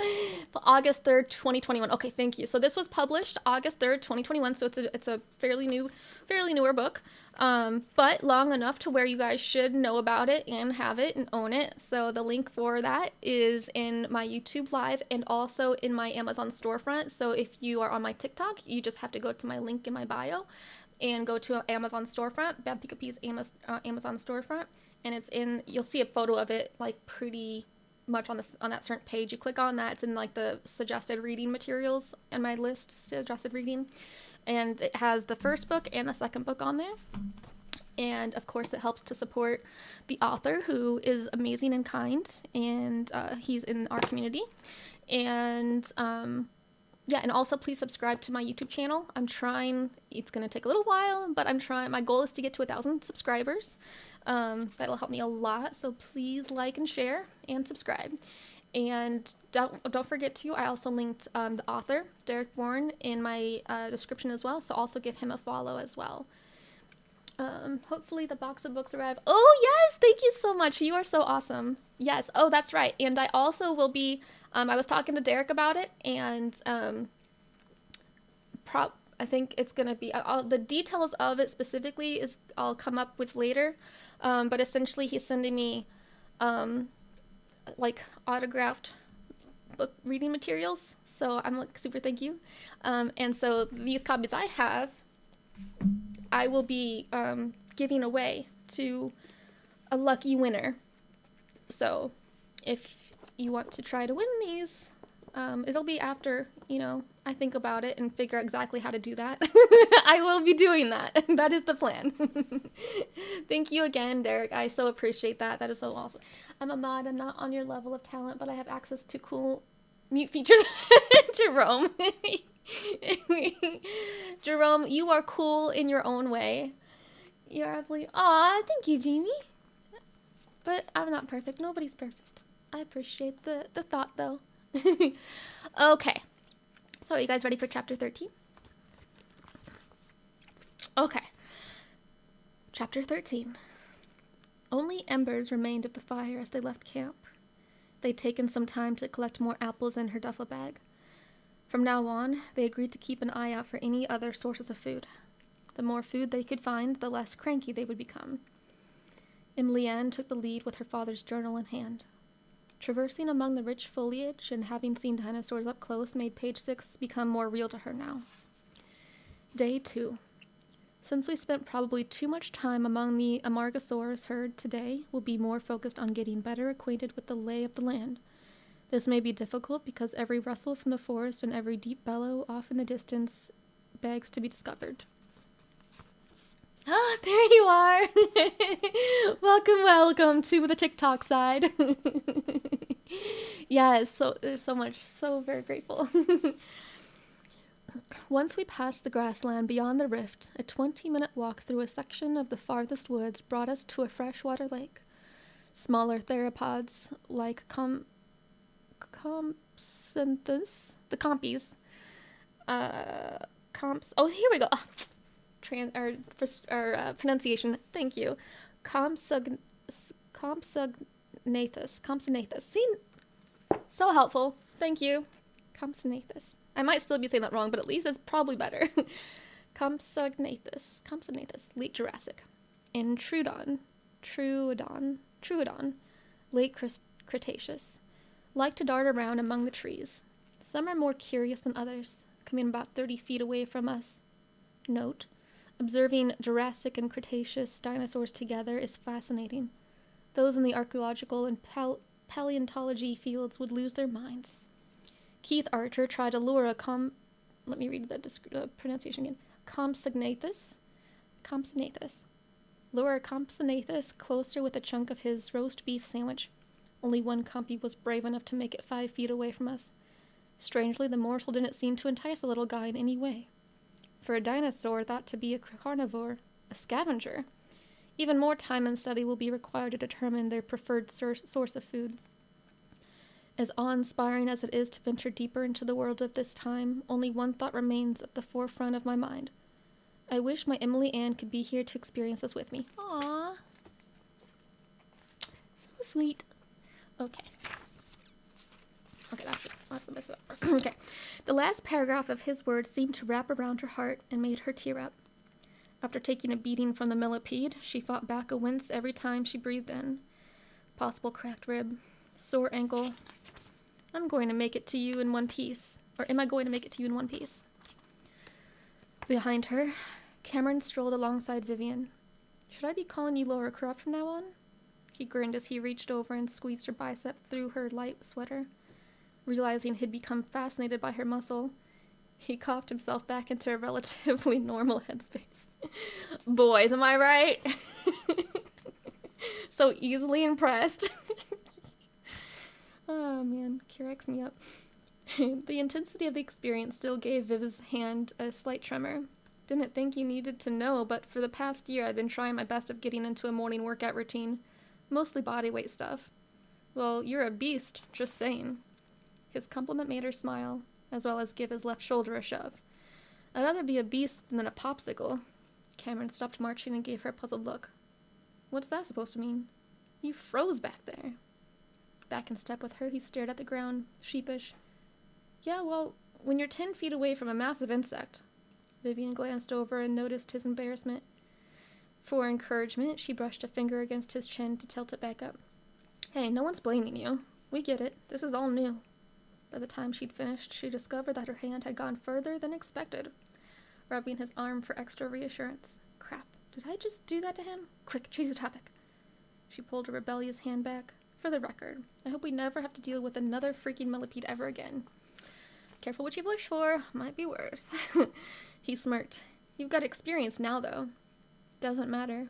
The next words came out with added abhorrence. Big or small, I officially hate bugs. Ahead of them, EA turned around. Sorry to say this, but the next possible checkpoint is a 20-minute trek straight through the forest. The mere thought of another possible millipede encounter made Viv tense up and close her eyes on the spot. Do we really have to? In tune with her thinking, Cam added, I, for one, would rather not find out if there were more IOUS's in there. EA scrunched her eyebrows at him. I-O what now? Insects of unusual size. A nerdish grin formed on his face. Like the ROU? Wait, have you ever seen The Princess Bride? Sorry, bud.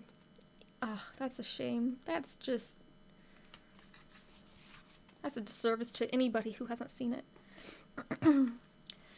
Sorry, bud. EA turned back to examine the woods. Must be in the minority. As both teenagers came to her side, Cam shook his head. You haven't lived. Excuse me? EA snorted, somewhat offended. Pretty sure being tossed around by a gigantic, horrifying insect counts as living. About to make a reply, Cameron read the I don't need your attitude right now look she'd been sending in his direction. Instead, he glanced side to side before backing away. Before stepping in among the new section of forest, EA addressed the other team. You going to be okay there, Viv? A deep breath seemed to help calm Viv's nerves a bit. I'd be better if I could have the knife back. The group entered the unsettling woods. Bird-like screeches resonated from the treetops. As Cameron kept a wary eye on the environment above, Vivian examined every inch of the forest floor. Both of them now had a better understanding that only when something terrifying happens, people become much more aware of their surroundings. Emily Ann kept the notebook tucked under an arm as she navigated through the brush. The sting in her side reminded her of the potential lurking threats. Only 20 more minutes of this. On high alert, she didn't pick up any large beast movements within a 50-foot radius. Ferns brushed against her legs as they trekked. Roots jutted out from the ground, acting as nature's steps throughout the terrain. A couple of minutes in, Cam glanced more and more at his best friend. All his life, he'd only perceived her a certain way. Glints of sunlight snuck past 3 branches to illuminate her blonde hair with red highlights. Her hair. It's gorgeous. Ah, boys.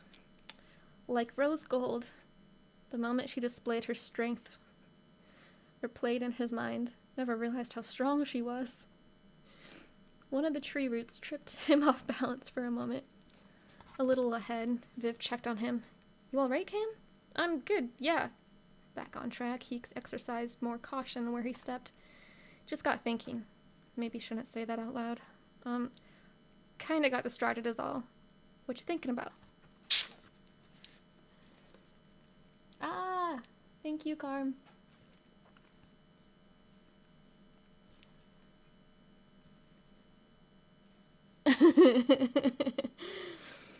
He winced. Think fast.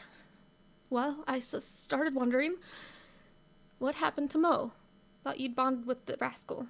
She held back a younger tree's flimsy branch for him. It wasn't meant to be. It must have preferred staying with its posse. Cam chuckled. Don't want to break up the Stooges now. In a flicker of a moment, she noticed something foreign in his eyes as he passed her. That's a new look. Wonder what's going on in there. For a little test, she halted and slipped off her bug gut-stained, light pink sweater and tied the arms around her waist before carrying on. Out of his peripheral, Cam had noticed the slight clothing change. It took everything he had to stop himself from glancing over. Crap. Yep. Vivian pulled a scrunchie out of her back pocket and raised her arms, putting her hair into a short ponytail. Again, he couldn't help taking a quick peek. Dang, she's been working out.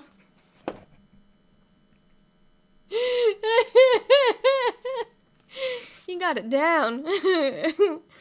Oh my goodness. He noticed the sweat on her arms, glistening among the rays of sunlight breaking through the trees. Then he snapped his eyes forward. Damn it, what's wrong with me? Once she'd fixed her hair into place, she caught little twitches in his facial expression. One of her eyebrows arched in unison with a grin sneaking onto her face. Cam, you keep looking at me. What? Trying to act cool, she scratched the hair on the back of his head. I mean, I have eyes. We look at each other all the time. True, but you're looking at me. So? He pulled another sentence out faster. Then he had time to think about it. I'd rather look at you more than EA. Viv decided to go a little forward with her approach. Oh, so you're thinking I'm prettier than her. Wait, what? A nervous chuckle overtook his throat. I'm gonna answer that. She gave him an expectant stare. So you don't think I'm prettier than her? Her last statement made him stop in his tracks as his brain seized up. Vivian, what's going on with you? Nothing. She smirked, not missing a beat. Come on, popsicle. Can't have you freezing up twice in one day.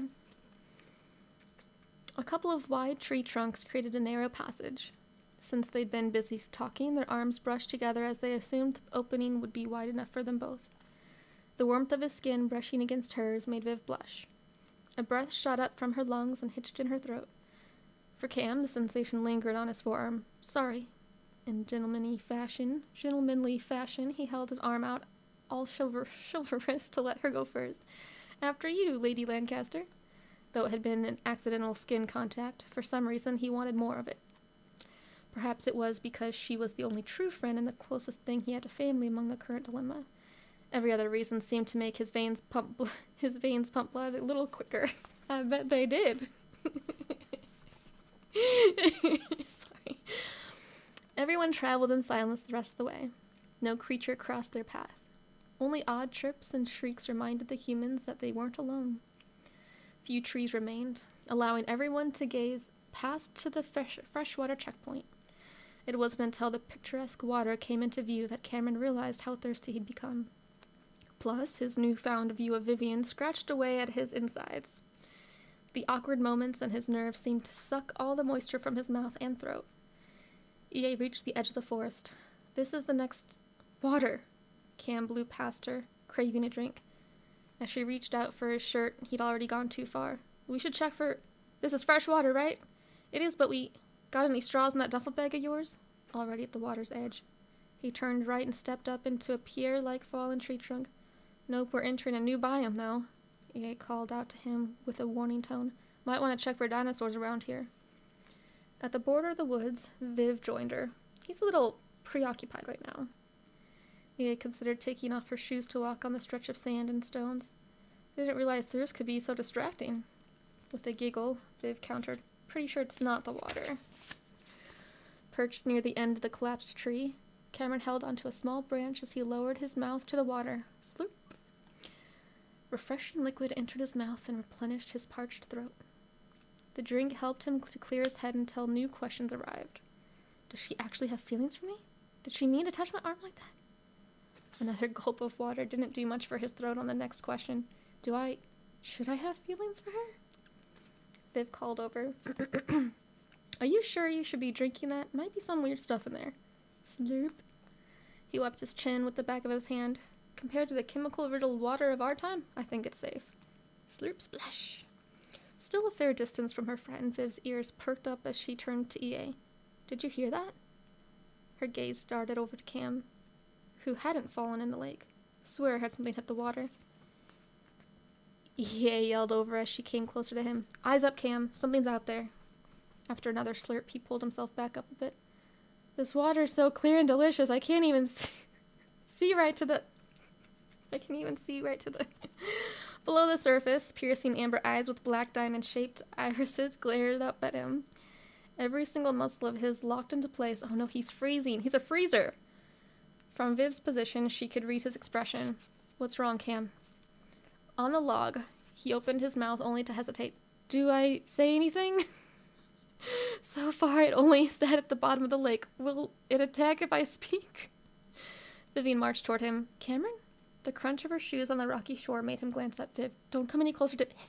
Splash. Oh, my God.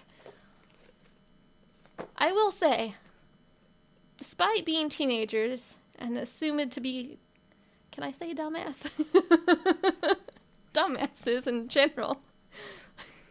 There's a lot of dumbasses. Like, come on. Okay, I think that's a good place to stop for tonight, and then we'll continue, and hopefully tomorrow night. But since I have not been feeling the greatest, and you guys all know my health issues is not very consistent for my my projects that I have going.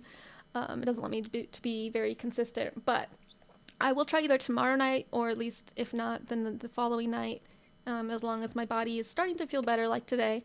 And I, of course, will always post in my Discord to let you guys know ahead of time, like I did today. I've been posting in the Bedtime Stories for All announcement in my Discord.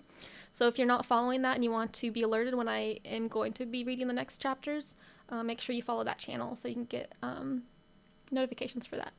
So this is, we just finished chapter 13 of Dino Rift by Derek Borne. Thank you, Derek, so much. Hi, Crush! I know, exactly! See, I know how to work it. And that's where we're ending. So again, if you would like to read along with me or read at your own pace so that you can keep reading past the cliffhangers, either go, if you're on TikTok, you can click the link in my bio and go to where it says Amazon storefront, and you'll see the image of this book, right? You should. And if not, it is in the Bedtime Stories, or sorry, suggested readings or something like that. It's clear that the title is about books. So go ahead and click on that and then buy it through my Amazon storefront. And also you can buy this one as well as the second book. They're both in there. If you're in my YouTube channel, I do have it in the description of my current YouTube live. You can also follow the author, Derek Borne. Thank you again. And the link for the Amazon store, or the Amazon to buy these books is in there as well. Have an awesome night. Have a good night. See you later. Thank you so much. I'll see you next time. Always loves listening to you narrate. Thank you. And also, like I said, if anybody wasn't here for the previous time I said it, I will be in the future, near future. These will be books that will be given away to a lucky winner. Details out later. I need to come up with it. But that's the plan. After I finish reading these will be given away to a lucky winner on a contest that I have to make up still.